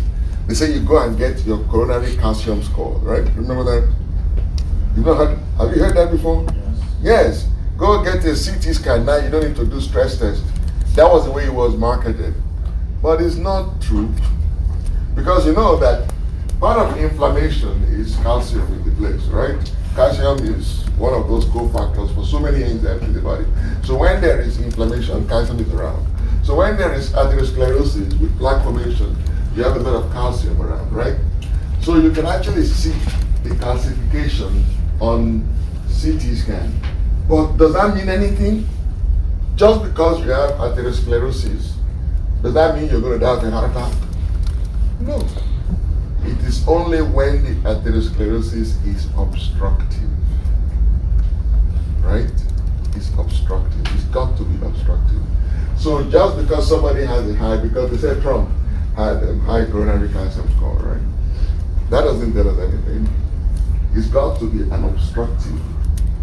Yeah, if you have high coronary calcium score, does mean that you may have coronary artery disease. But does that mean you will die of it? No. Does it, I don't care about your coronary artery disease unless I know it's going to kill you. If it's not going to kill you, well, you know how many people? 75% of men will die of prostate cancer that was never diagnosed. The goal is not to cure all the diseases. is to help people live the longest they can live. Right? If the disease is never going to bother you, why do I care about it? If you don't even know you have it, do I even want to tell you about that? I differ with a lot of my friends on that. Would you tell somebody about a disease that you've uncovered that they don't know about, that does not have any impact on their health or their well-being? Would you tell them? Yeah, let's talk about that. Because it's an ethical question. Would you tell your patient about a disease that you have uncovered that they don't know about and will not impact their health or their well-being? Yeah, Bradley, will you? Only if, like, you know they're going to engage in factors that can affect the baby. Only. If they would engage in certain. No, but I just told you that the disease will never interfere with their well-being or their health. But they have it. Would you tell them about it? No. I would tell them. I would tell them. You would tell them. Mm-hmm. Yeah. You would tell them. Everybody, who wouldn't tell? I feel like I wouldn't, because like, wouldn't that stress them out? Exactly, because you are the only one that knows it's not going to affect them. They are going to carry that burden. And the truth is, why? I mean, I said it's an ethical question, right? There is no right or wrong. It just depends on how do you choose to practice medicine. Thank you. It also depends on the person. If you know that this person has sued his previous PCP, right? The person sued his previous PCP, and I have this thing on there, and you're looking at it, you're looking at him. You might tell him, you know, but you know what? Dr. David Martins will not tell you, even if you've sued 10 doctors in the past. Because personally, it's a burden. Why do I want to put a psychological burden on somebody that they don't have to bear? Think about it. Somebody comes to you every day, they're happy, they tell you about their promotion, their job, their kids, their grandkids, and their blood pressure is fine, and everything is cool, everything is good. And then you find out that they have, what is one? They have a pineal calcification. Calcification of the pineal gland. That is not normal. Would you tell them? Because the truth is, you're going to say, okay, how would you even describe it? Well, your pineal gland is calcified. Am I going to die? That is what people ask you. Whenever you tell them something they don't understand, one, they don't know what the pineal gland is. They don't even know what the heck it means that it is calcified. They don't know what it is. You know what you're talking about, but they don't know. They ask you, am I going to die? Oh, no, that is nothing. Are we talking about nothing? We're talking about the big deal. Or next thing you go, the patient goes home and calls all his children. The doctor said I have pineal gland calcification. He said it's nothing. I just want you guys to know. Because you know these doctors these days, many of them don't know what they're doing. They start getting calls from all the grandkids. So the doctor, what is this pineal gland? My dad said his is calcified. You know, I mean, I just feel, look, I'm not convincing you to do anything. I'm just saying that before you give people bad news, ask yourself, should I or should I? Because when you shouldn't, the clinical scenario will be clear to you. When you should not. Right? And when you should, it will also be clear to you. You'll be guided. Okay? If your intentions are right, you will be guided. Believe me. Many things you will do in medicine, they're not going to be based on textbooks. They will be based on your gut feeling. And we don't even know how the heck that gut feeling thing works. But in practice, you will find yourself relying more on gut feelings than anything else. So most of the time, with good intention, you will be guided. So, I just debunked coronary calcium score. There's another thing called coronary CT angiography. So they say, well, cardiology, coronary cardiac catheterization is dangerous, you might die, you need a cardiologist, and radiologists will say, come, we have a test. We have a test and we can do it and it's not deadly. Provided you have good kidneys, you'll be fine. Is there truth in it? No, there isn't. Because when you go for coronary angiography, it's a cardiologist most of the time, an interventionist. He does the angiography, he sees a problem, he fixes it right there and then. But if you go to a radiologist to do coronary CT angiography, he's going to charge you money and tell you there is a problem.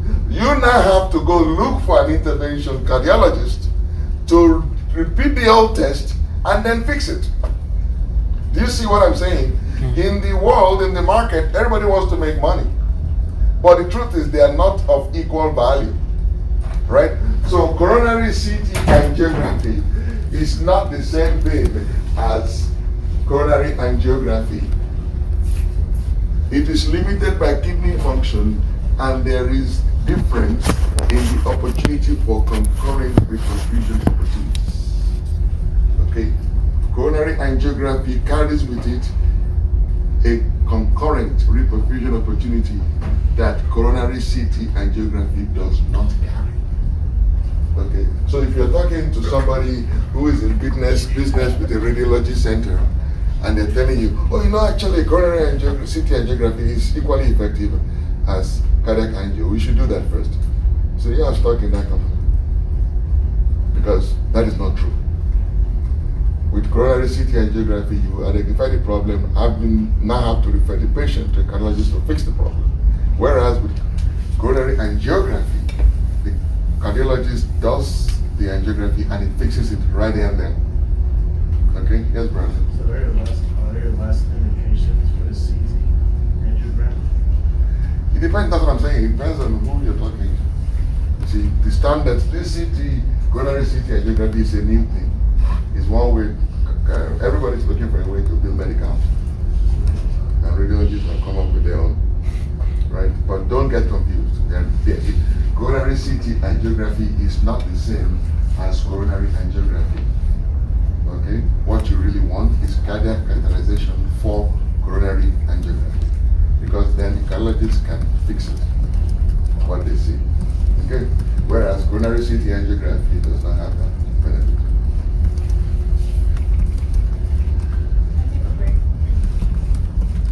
Break? No breaks. I have 2 more slides and I'll give you a break. I already talked about this earlier. Myocardial perfusion scan, they are like scintigraphies, but they are based on, you know, there are times that your patient cannot do stress tests, they can't do cardiac cath, but you still want to be able to assess the impact of their coronary artery disease on their myocardium. So you do what is called the myocardial perfusion scan. Again, myocardial perfusion scans, you just take radioisotopes, you put it in the patient's bloodstream, either you target to albumin, red cell, it doesn't matter what you target to. What you're looking for is evidence of flow and function in the myocardium. So myocardial perfusion scan is based on differences in blood flow and radioactive traces uptake between myocardium with open and clogged blood vessels. It's based on the fact that when a myocardium is not adequately perfused, it doesn't function well. And depending on what you're looking at, you can look at it at rest or you can look at it under stress. And you can stress the heart in so many ways. You can use adenosine like we talked about, and there is this new stuff, regadenosin. It's supposed to be more selective. Look, what we started using was adenosine. It's widely used as a short half-life, but it's prone to arrhythmia and bronchospasms, okay? So they tried to get one that is more selective, will not cause bronchospasm, and that more selective one is the regadenosin.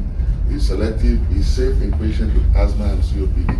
So the only difference between myocardial perfusion scan with adenosine and regadenosin is that regadenosin is safer with asthma and COPD. Okay, but this stuff, I was in what is that hospital on wheelchair? Good son? Yeah. November 6, 2016. I just came back from church and all of a sudden I broke out in sweat. I was in this chest pain. I was like, what the heck? I wasn't gonna go there, but finally I said I was gonna go. They put that stuff in my vein, my goodness. It was like somebody just, it's like a lady stomped in my heart with high heels. Now that feels, it was burning and painful. Like, what did you give me? It was adenosine. You know, I've told many students that adenosine will cause chest pain, blushing. Yeah, it does hurt, for real. You know. So, just pay attention to that. This is a picture of it. Stress, rest, the base, the mid, the apex. This is area of ischemia. Okay? There is something I want to tell you here that is important, but it's important if you care about it, but it wouldn't matter if you don't care about it. When blood vessels are unobstructed, they will dilate in response to a vasodilator. When they are plaqued, they don't dilate because they are stiff, right? What is also interesting is that the blood vessels that are distal to the obstruction, they will generate local vasodilators. So they will be already maximally dilated just because of this obstruction. So when you do myocardial perfusion scan, you don't demonstrate increased perfusion with vasodilator that you now give because the vessels are already maximally dilated post-stenosis. Okay. That is why this test helps work. Okay. Otherwise, there will be no difference between a clean and a clogged coronary. It's because the clogged coronary does not dilate in response to a vasodilator. Okay? That is able to show you the differences in the light. Okay? Then, how do you, at the end of the day, what is the bottom line? Secondary prevention. So somebody has had a heart attack, you don't want to leave them alone. You help them. Man, you need to stop smoking. You don't stop smoking, you're going to end up a heart attack. And you may not survive it. I want you to remember that. 20 to 30% of people with heart attacks die. So it's not only time that you go in with a heart attack that you will be able to come out. Just convince people with facts and figures and allow them to make their own decision. Good. Any questions? Okay, take a break now. All right.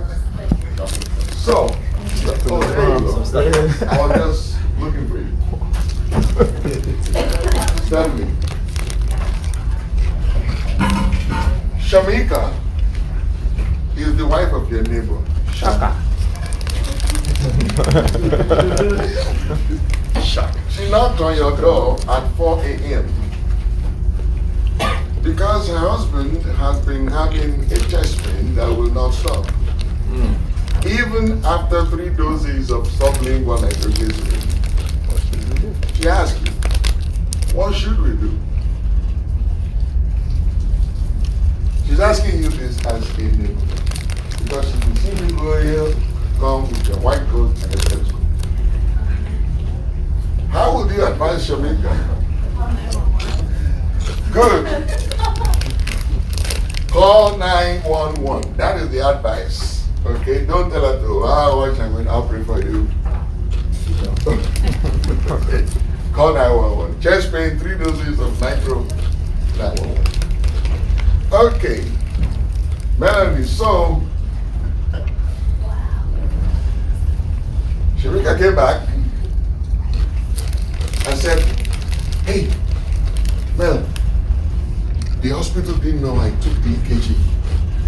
But this is, literally people do that. Say, but this is Shaka's EKG. He said, is Shaka having a heart attack? Shamika asked you. My question to you, Melanie, can you really Shaka is having a heart attack based on EKG? Good. Yeah, but before I go there, my question to you first is, can you really answer that question? What more, can you tell Shamika whether Shaka is having a heart attack based on this EKG alone? No, right? It's not, you need more information, right? Okay, so now let's talk. What do you see on this EKG? Exactly, T-wave inversion where? So how would you know, by now I want you to talk to me in more concise terms, right? So patient has evidence of lateral ischemia and EKG, right? Right, okay, yeah. So B5 and B6, T-wave is inverted. Are you worried about this T-wave? Yeah, you should, because it's symmetrical, right? So there is evidence here. So you really cannot tell Shamika that Shaka is having a heart attack, but you can tell Shamika that, you know, that EKG is not normal. Now the question I have for you, what more information do you need? What more would you tell her to steal from the hospital so you can help her? Thank you. Heart attack diagnosis is based on cardiac enzyme. Ongoing heart attack. Myocardial infarction diagnosis on EKG in acute cases is impossible. You can only see Q wave after the infarction. During the infarction, you don't see nothing. You need cardiac enzyme. So, you will tell Shamika, I need more information to tell you if Shaka is having a heart attack. You need cardiac enzyme. As you can see, we measure all kind of stuff. CKMB, myoglobin, troponin I. The most popular one is troponin I. And you can see that CKMB begins to rise in about 4 to 8 hours. It peaks in 12 to 24 hours. And by 96 hours, it is done. So if somebody had a heart attack, and all you measure is CKMB, after 3 days, there will be nothing left. There will be no evidence of heart attack in the blood. If you measure myoglobin, after 1 day, the evidence is gone. Troponin will last 10 days. So if the patient calls you, say, doctor, I'm in the Himalayas, vacationing. I had a serious chest pain yesterday, and I think I must have suffered a heart attack. Say, how long more do you have to stay in the Himalayas? Say, I'm here for 2 weeks. We're in our second week now. Say, don't worry, come and see me as soon as you get back. So when that patient gets back to see you, would you measure CKMB, myoglobin, or troponin? Exactly, you measure troponin because you will still have evidence of myocardial infarction even after a week if you measure troponin. Troponin lasts for 10 days. That is the importance of this information. You need to know what to ask for. Okay? Excellent. All right. Then Shamika came back and said, I'm so sorry. The name, this is Shaka's EKG. That other one was not his. It belonged to the patient that was in the room before. But this is Shaka's EKG. And then she asked you the same question. Is Shaka having a heart attack?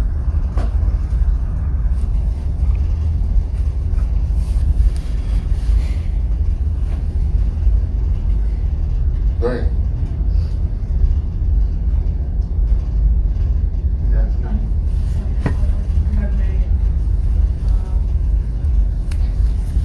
I thought you were testing me.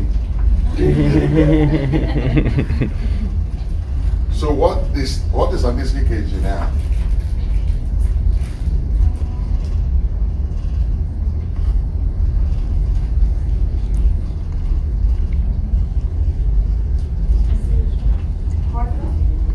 Heart block? Did you say heart block? Where?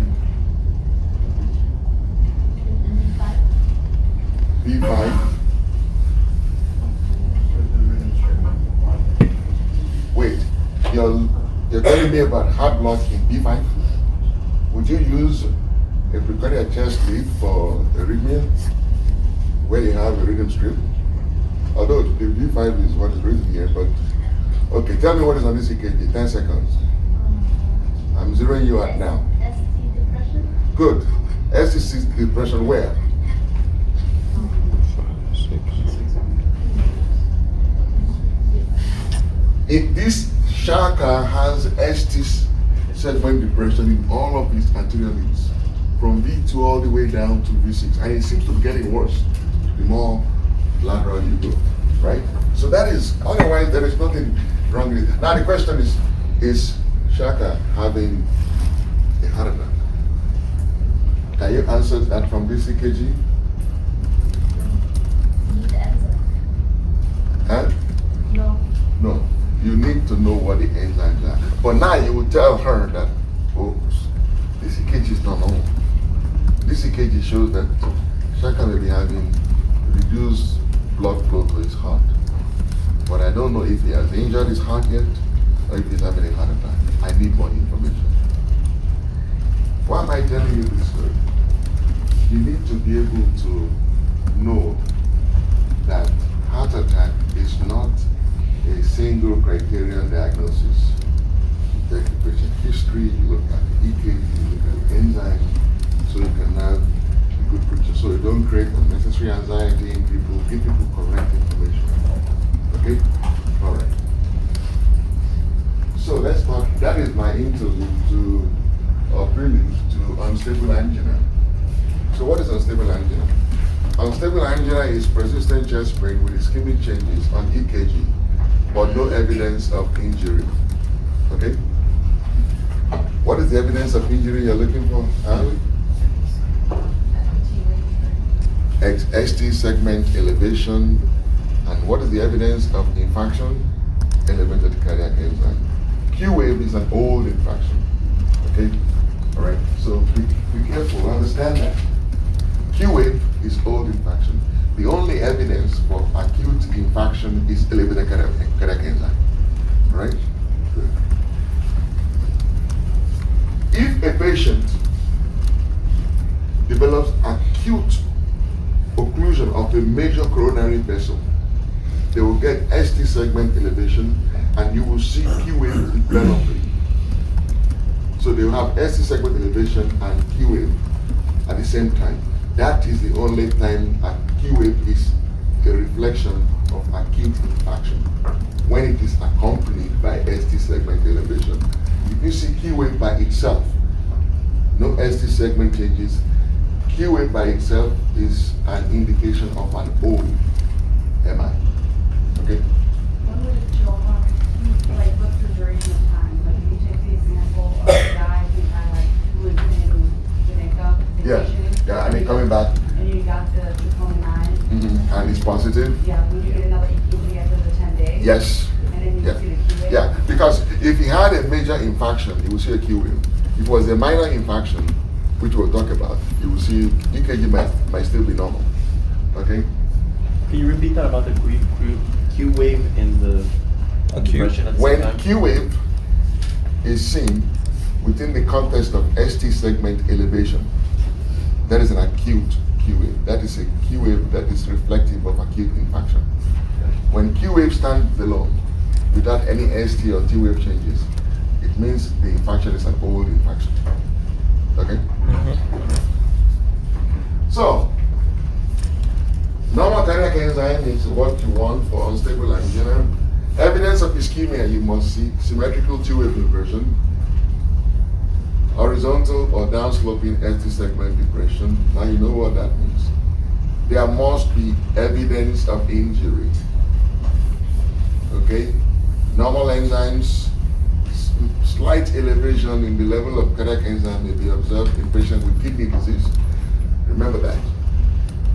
Even though you expect enzyme levels to be normal in unstable angina, when people have kidney disease, their kidney does not clear out the little troponin and myoglobin they form over time. Because remember, your heart suffers wear and tear, right?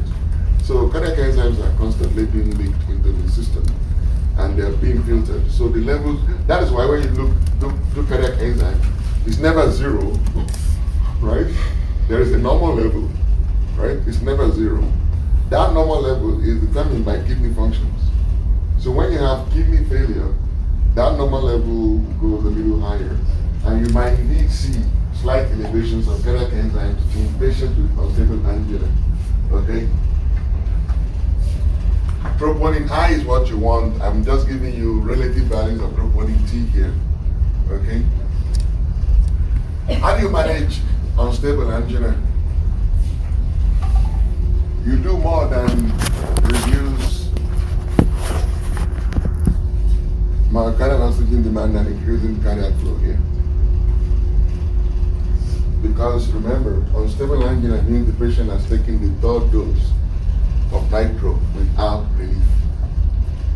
Okay, remember, if you remember that unstable angina means that the patient has taken the third dose of nitroglycerin without relief, then you'll understand that your priority for that patient is relief chest pain.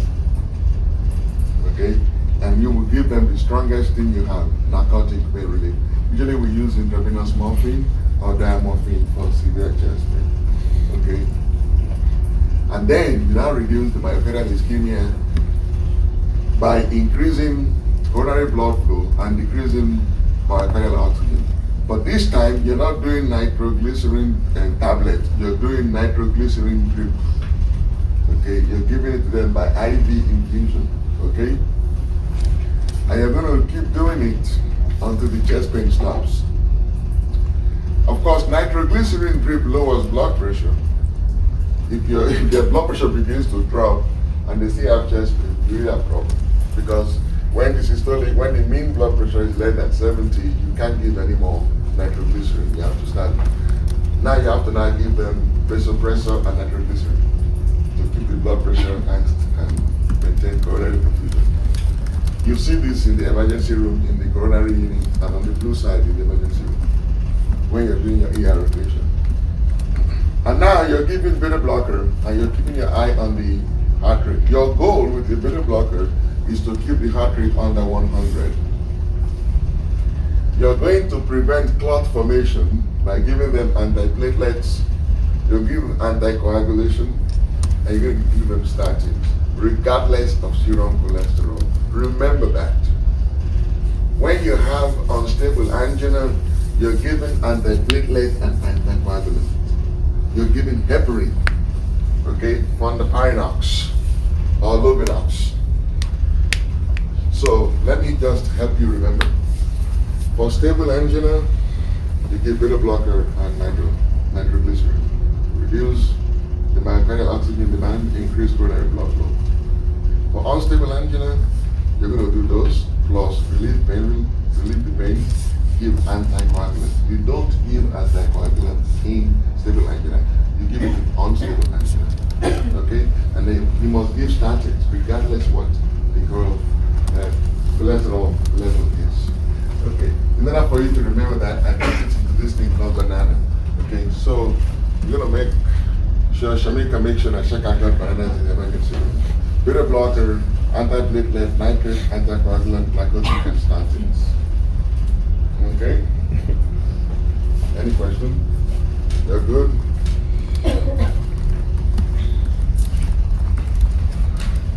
Now,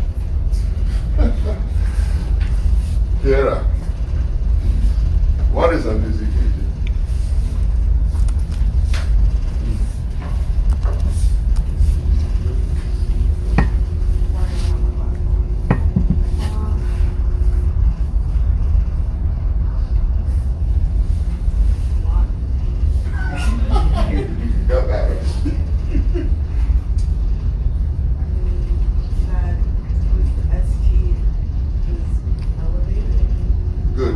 Elevated where? In the, from 2 down. Good. From 2 all the way down to B2 to B6. Yes, what else? You have,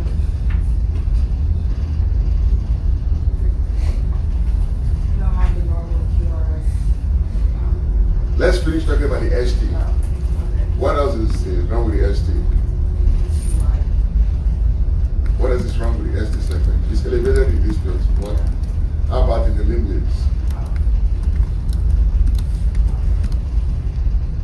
Especially in the limb 3 and ADF. It's depressed. Not inverted. ST is never depressed. It's never inverted. Depressed. Now, look at that. So how would you loss? What is going on here? Is this patient having inferior ischemia or anterior injury? Which one is it? Right. ST segment elevation in V2 to V6 means injury, right? ST segment depression in 3 and AVF means ischemia. Which one is it? How are you going to make sense of that?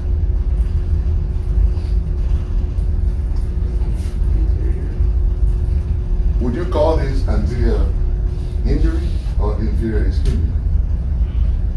That is the perplexity we have in medicine. EKGs are cameras. Remember, EKG leads, they're like cameras, right? So think about you standing on 120th Street, right? As a scout. And the police is chasing a guy. You're sitting there and you're watching the camera, right? When the guy is running down the street eastwards on 120th Street, the camera on Compton Boulevard and 120th Street will show the guy running from it. But the camera on Wilmington will show the guy running towards it. So what you see on the camera depends on where you're looking at it from. But it's the same guy, right? So whenever there is an EKG leads are like cameras. So whenever there are EKG changes, one set of leads will show you the actual change, another set of leads will show you the reciprocal change. You know, how does this look from my end? So many times you will see these reciprocal changes. And the only way you can make sense of them is your patient's symptoms. Your patient with ischemia will have relief with nitroglycerin. Your patient with injury will not have relief. And when I give you this EKG and I say, okay, what is on this EKG? Anterior injury or inferior ischemia? You don't know. I have to paint a picture for you. Because it depends on what I'm seeing in the patient. If the patient is on the 3rd dose of nitroglycerin and still having chest pain, I will call it anterior ischemia. Anterior injury, sorry. Right? For the patient is stable, right, and not having any chest pain on a routine visit, I will call it inferior ischemia. Let me say it again. If my patient is having chest pain on the 3rd dose of sublingual nitroglycerin, I will call this EKG anterior injury. But if my patient is pain-free, routine follow-up, I will call it inferior ischemia. Remember, ST segment depression is ischemia, elevation is injury, Q wave is infarction. Okay? So this complexity of reciprocal ST-T wave changes makes it sometimes very difficult to differentiate ischemia, inferior problems from lateral problems. Okay, just remember that. So when you see people talk about, well, is this an injury or is it a reciprocal change? That's what they're talking about. Okay, elevation in one lead, set of leads, depression in little leads. And usually, reciprocal changes are seen when there is lateral and inferior problems. Okay, lateral and inferior. So they're usually seen in V5, V6 versus 3 and ADF, because those are the leads that look in opposite directions. Okay? Excellent. So why is it that some infarction will give you ST segment elevation and some won't? How does that happen? It depends on the nature of the atherosclerosis. So, at any given time, when you occlude a coronary blood vessel, right? The myocardial cells that are in the immediate vicinity. You know what, that took me a while. I had a friend in medical school, they used to call the vicinity. And I used to make fun of him. Now I'm getting confused. Vicinity of vicinity. Well, you know somebody that does that too? No, we know a guy that says the in the beginning. He can't say beginning, he says in the beginning. One of my patients said, Doc, this stuff is going chronicles on me now. What? Meant chronic.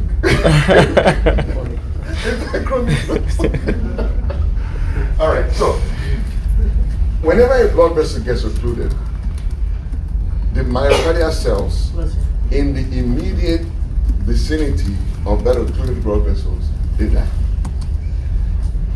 Okay? The ones that are farther away from it, they will survive from corollary circulations. So they will suffer injury. And the ones that are farthest away from it will suffer ischemia. So at any given time, when there is myocardial infarction, there is an infarct zone, there is an injured zone, and there is an ischemic zone. Now, when the coronary blood vessel that is affected is a small blood vessel that is just beneath the surface of the endothelium, it will be a small infarct. It is what we call a subendocardial injury, or what we call partial thickness damage. Okay, subendocardial. So this type of injury, they will show elevated enzymes, but they may not show ST segment elevation. That is the nature of end-stemming. They usually subendocardial partial thickness injuries. Okay? When is a major coronary occlusion, like left main or left anterior descending, you get what is called a full thickness damage. A full thickness damage will give you ST segment elevation and will show you enzymes, and you will see Q wave. Okay? So the pathophysiology of end-STEMI and STEMI has to do with the relative extent of myocardial damage. End-STEMI is also known as non-Q wave, and STEMI is known as Q wave infarction. You got that? Excellent. So you're gonna see Q waves with the stems? Yes, definitely. You don't see Q wave in STEMI, exactly. Right. Now, remember I just told you, right? This is where you want to listen. I just told that when there is myocardial injury or infarction, there is always a zone that is injured, a zone that is ischemic, and a zone that is dead, right? How do you determine, okay, somebody has a left main occlusion and they have suffered a massive myocardial infarction. You see enzyme, you see Q wave. How do you know the extent of the damage? How are you able to tell which myocardium is injured, which one is actually ischemic, and which one is actually dead?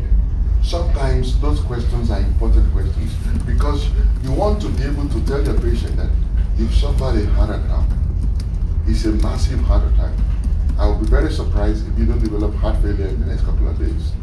Or if somebody had a heart attack, thank God the damage is very minimal, but I need you to stop smoking. You want to be able to tell that. The only way you can do that is what we call then we do these special scans, right? Nuclear medicine test, okay? So what you try to do now is to look at the metabolic activity of the myocardium, okay? You look at the metabolic activity of the myocardium. So you get a tracer. Instead of attaching the tracer to albumin or red cell, now you attach the tracer to glucose, right? You can attach it to glucose, and now you give it to the patient. Metabolically active myocardium will take up glucose and your tracer will show in those myocardium. Dead myocardium will not mess with glucose. Dead people don't eat, right? So dead myocardium will not interact with the glucose and you will see a hole. So that is why sometimes people say, oh, we're going to do a SPECT scan. That is all we're trying to do here. We use gamma rays from radioisotope taken out by living myocardium to generate 3D images of living myocardium. The SPECT and PET scans. The reason I put this here is because I don't want you to get confused with myocardial perfusion scans. They are all nuclear medicine tests. One is to assess flow. This one is to assess metabolic activity. Is to delimit dead and dying myocardial cells. Okay? To kind of determine the extent of the damage. You got that? Excellent. Why do we even bother telling STEMI from STEMI? Well, because both of them will get bananas, right? Beta blockers, analgesic, nitrates, anticoagulants, statins, and all that. But when you have, and both of them will get ACE and ARBs. When you have N-STEMI, you should really do angiography and revascularization only for high-risk patients. You take your time. For N-STEMI, you take your time to evaluate them thoroughly, make sure you assess their risk, and then you now do the revascularization, usually PCI and stuff like that. When your patient is a STEMI, they should not leave the hospital without emergency angiography and PCI and a reperfusion technique, whether by PCI or thrombolytic. That difference, you can never get confused. Q-wave infarction, STEMIs, they do not leave the hospital until after they've gotten their short-term reperfusion therapy, either by PCI or thrombolytics. This is emergency. Any STEMI, you can take your time. Do it early. You can go home and come back for it.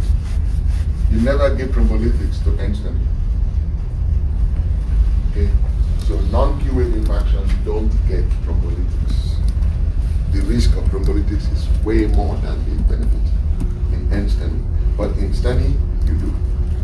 Okay? You got that? Mm-hmm. Excellent. So you send the end STEMI home, you want to evaluate them early, and cardiologists, they do all kind of tests to kind of figure out, well, what should we do? How should they do it? And they have come up with all kind of scores. Timmy score, Grace score, Timmy plus Grace. And I'm giving you what Grace and Timmy is. I don't care about this thing. It's none of your business. It was never my business as a primary care person. But you just need to know that when we will do Timmy scores, Grace scores, or some score, the idea is to risk stratify your patient with end STEMI to know when should you act earlier than other times. Okay? So all these techniques are just for risk stratification. It's for your information only, okay? Because I told you that in STEMI, you do emergent, right? In end STEMI, you do early. How early is it? It depends on the risk. How do you determine the risk? Timmy, Grace score, and all that. Okay? Why are we able to make these type of decisions? You see, end STEMI, they get 15 to 25% reinfarction rate. But they don't die. They keep coming. Heart attack today, ischemia tomorrow, they keep coming. But they don't die from their heart attacks. You know why, right? Because it's a subendocardial damage. It's little damage at a time, little damage here and there. This is the kind of patient that will have like 6 heart attacks and at the end of the day develop heart failure. But look, STEMIs, they get 5 to 8% reinfarction rate, but almost 1/10 of them will die in that first month. Do you see the difference? That is why we treat them differently. Short-term mortality is very, very different between STEMI and end-STEMI. End-STEMI, they keep coming back. You come in for heart attack today, he will be back. If it's end-STEMI, he'll be back, but he won't die. But he comes in for a STEMI, he may not live from that single attack. So that is why we do emergent coronary angiography for STEMIs, and we do early wait for end-STEMI. Okay? It's a reflection of these statistics. Okay? Long-term mortality, 2-year mortality for both of them is similar, about 30%. So, when your patients come to you and say, doctor, I just had a heart attack, you must do what is called the therapeutic lifestyle prescription, bed rest for 6 weeks to allow the myocardium to heal, encourage them to take fruits and vegetables with antioxidants. That's why you're recommending fruits and vegetables, because of the antioxidants. Tell them to get back into their regular physical activity. If they used to run 6 miles every morning, say, I want you to just walk now, just walk, right? If they used to be on treadmills or stationary bicycle for 2 hours, so I just want you to walk right now around the house and make sure you're fine. So the physical activity has got to be progressive. They can never swim alone. Okay? No swimming alone. You can never be around water or swim alone. No sex for 6 weeks. You can't fight for 6 weeks. Stop birth control pills. You can never smoke. You can never do cocaine. You can't travel out of my sight. Okay? You cannot handle your own baggage and luggage in the airport. Okay? Those heavy, have you been to LAX lately? How much you have to walk from Tom Bradley or Kutubiki? Your bag and stuff is a long one, right? Somebody just had a heart attack. They can't do that, right? When can you go back to work? Usually after 3 months. So patients are eligible for short-term disability. And if they are people that work in construction or manual labor, you have to give them modified work schedule. And some people may never go back to work. Air traffic and transport personnel, air pilots cannot go back to work after a heart attack. Public bus and truck drivers need to be retrained for another job. Deep sea divers, none. Wow. Okay? They will fight you for this, but those are the recommendations for now. You know? Okay, so what are some of the complications of coronary artery disease? In other words, why do we put them in a special unit called the coronary care unit?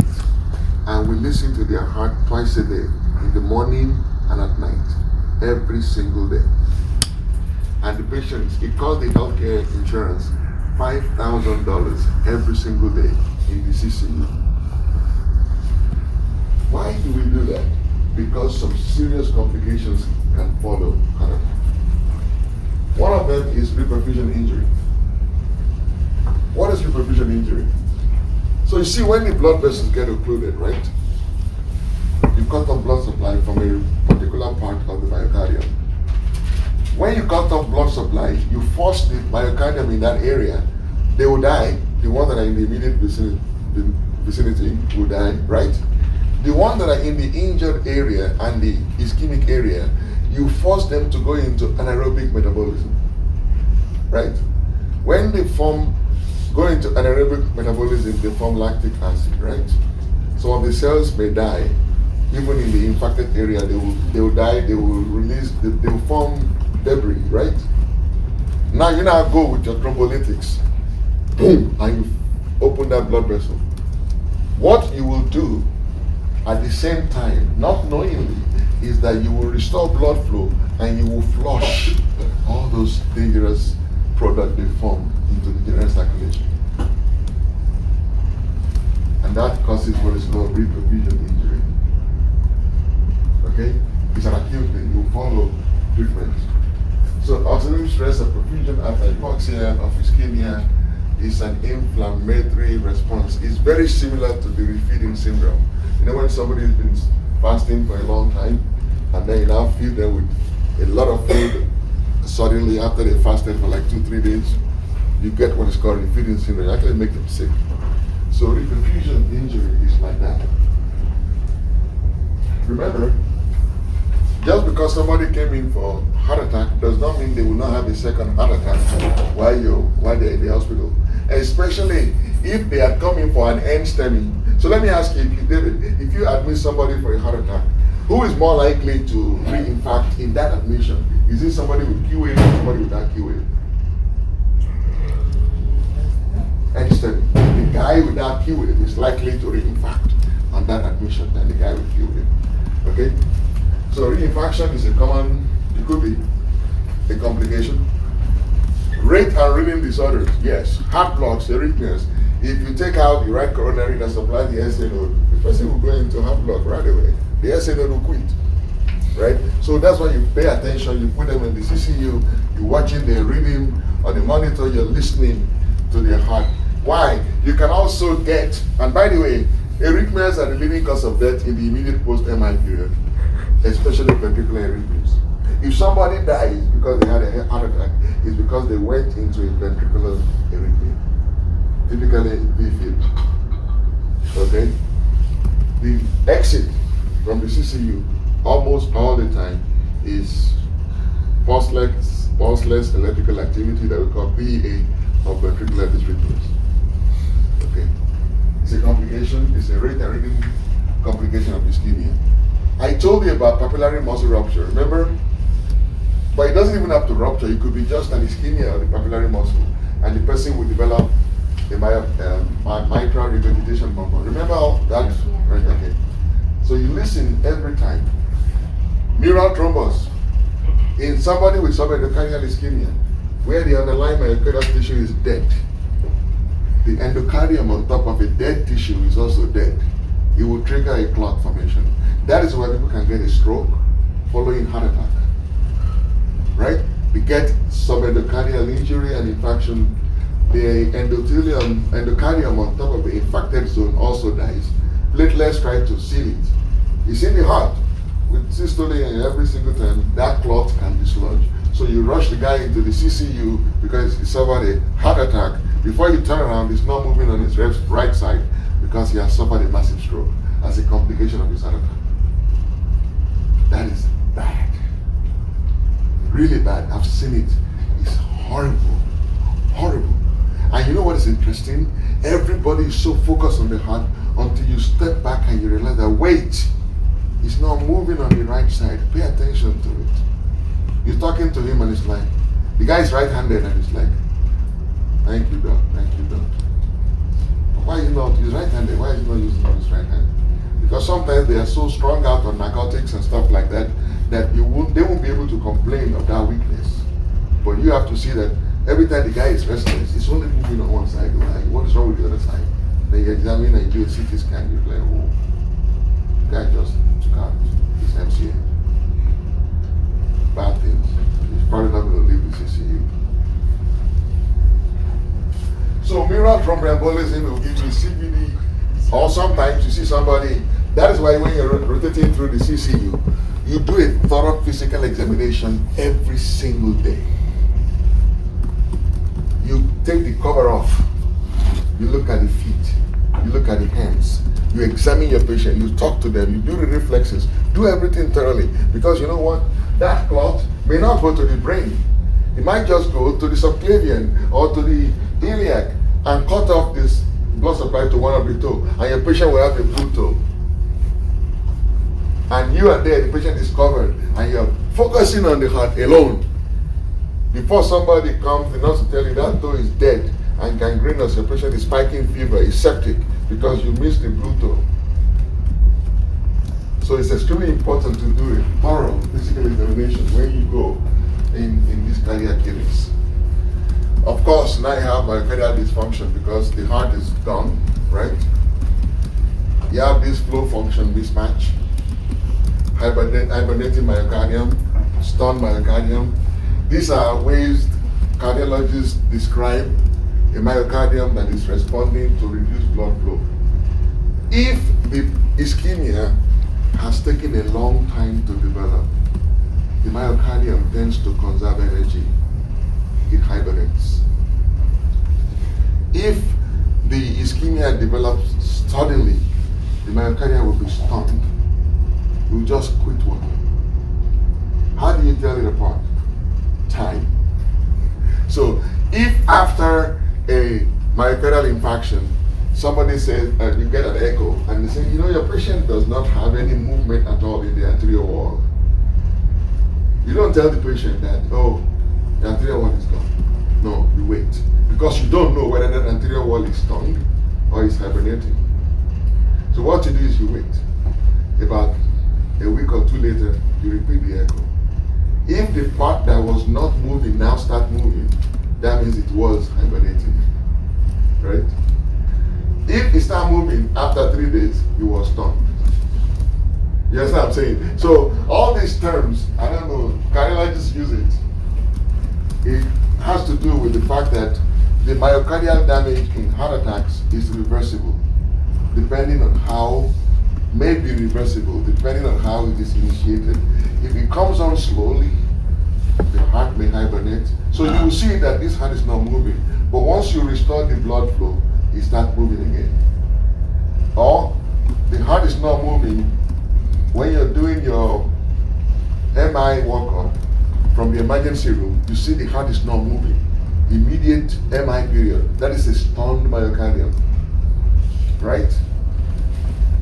Am I explaining it well between stunned and hibernating? Okay, I hope you get it. So, just to recap, so right after MI, it stops moving and stunned. Exactly. Like 3 days after, and you use it to be hibernated. It's hibernating, exactly. Good. Now, acute heart failure, of course, if you damage a significant part of the heart, you get heart failure. If you damage even a more significant part, you go straight to the cardiogenic shock. That means you damage the heart so much that the heart is not able to maintain blood pressure. When the heart is not able to maintain blood pressure, that is what is called cardiogenic shock. Your patient is in shock. When the heart is able to maintain blood pressure but it's not maintaining cardiac output, that is heart failure. Okay, the difference between heart failure and cardiogenic shock is blood pressure. Ventricular aneurysm, yeah. Think about it. Say somebody suffered an MI, right? But luckily for them,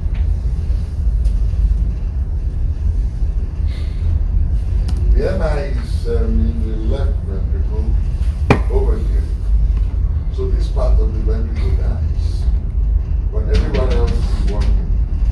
So during systole, the working part will squeeze. The dead part will not move, right?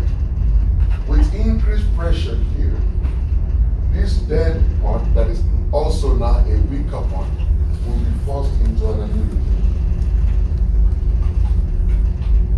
When it is forced into an aneurysm, you know what happens? Blood goes in here, but it doesn't flow. Right? So it sits there. What happens to blood when it sits? Clots.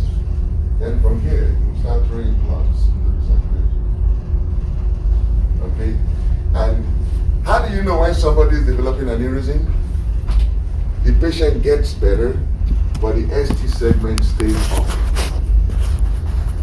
So, ventricular aneurysm, the way we know it is developed is when the ST segment remains up. Under normal circumstances, let me tell you what happens. Under normal circumstances, the patient comes in, the patient has been coming to you in the clinic with ST segment depression. Under normal circumstances, they've been coming to you with ST segment depression and T-wave depression, right? Then they get into an acute situation where they develop ST segment elevation with ST ST segment depression with T-wave inversion. So this is ischemia, this is injury.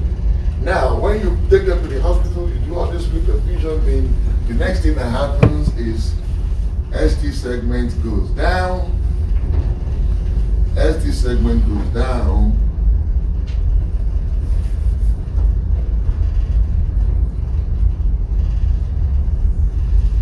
ST segment goes down, Q wave appears.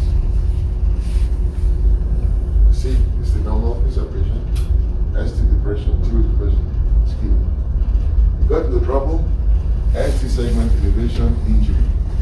That part of the heart dies, ST segment comes down, Q wave appears. That is usually the sequence. That's how we do EKG every single day. We want to see this. When our patients get better, but the ST segment does not come down, we do echo. Because we're thinking now that the patient has developed ventricular aneurysm. And if you find ventricular aneurysm, that means that patient is going to need to be on anticoagulation for a long time. 6 months, standard. Okay? Because otherwise you will get a stroke. And unfortunately, that aneurysm can rupture. And when that aneurysm ruptures, that's death right there, because it bleeds directly to the pericardium. Boom. Patient is dead. So that takes me now to my next talk. Pericarditis is another and when myocardium rupture, patient goes into pericardiac tamponade. Sometimes the pericardium over an infected myocardium gets inflamed too. So pericarditis is a common complication of heart attack, infarction. All right. So now let's take that. That takes me to pericarditis. I'm done with MIs. There is nothing else anybody will ask you about MI. I've told you everything you today about it. Of course, research knowledge is evolving. There may be other stuff. But wait a minute. Why am I out of time? We have 15 minutes, but I have a number of slides to cover. So you guys are going to drink from the fire hydrant now. Pericarditis.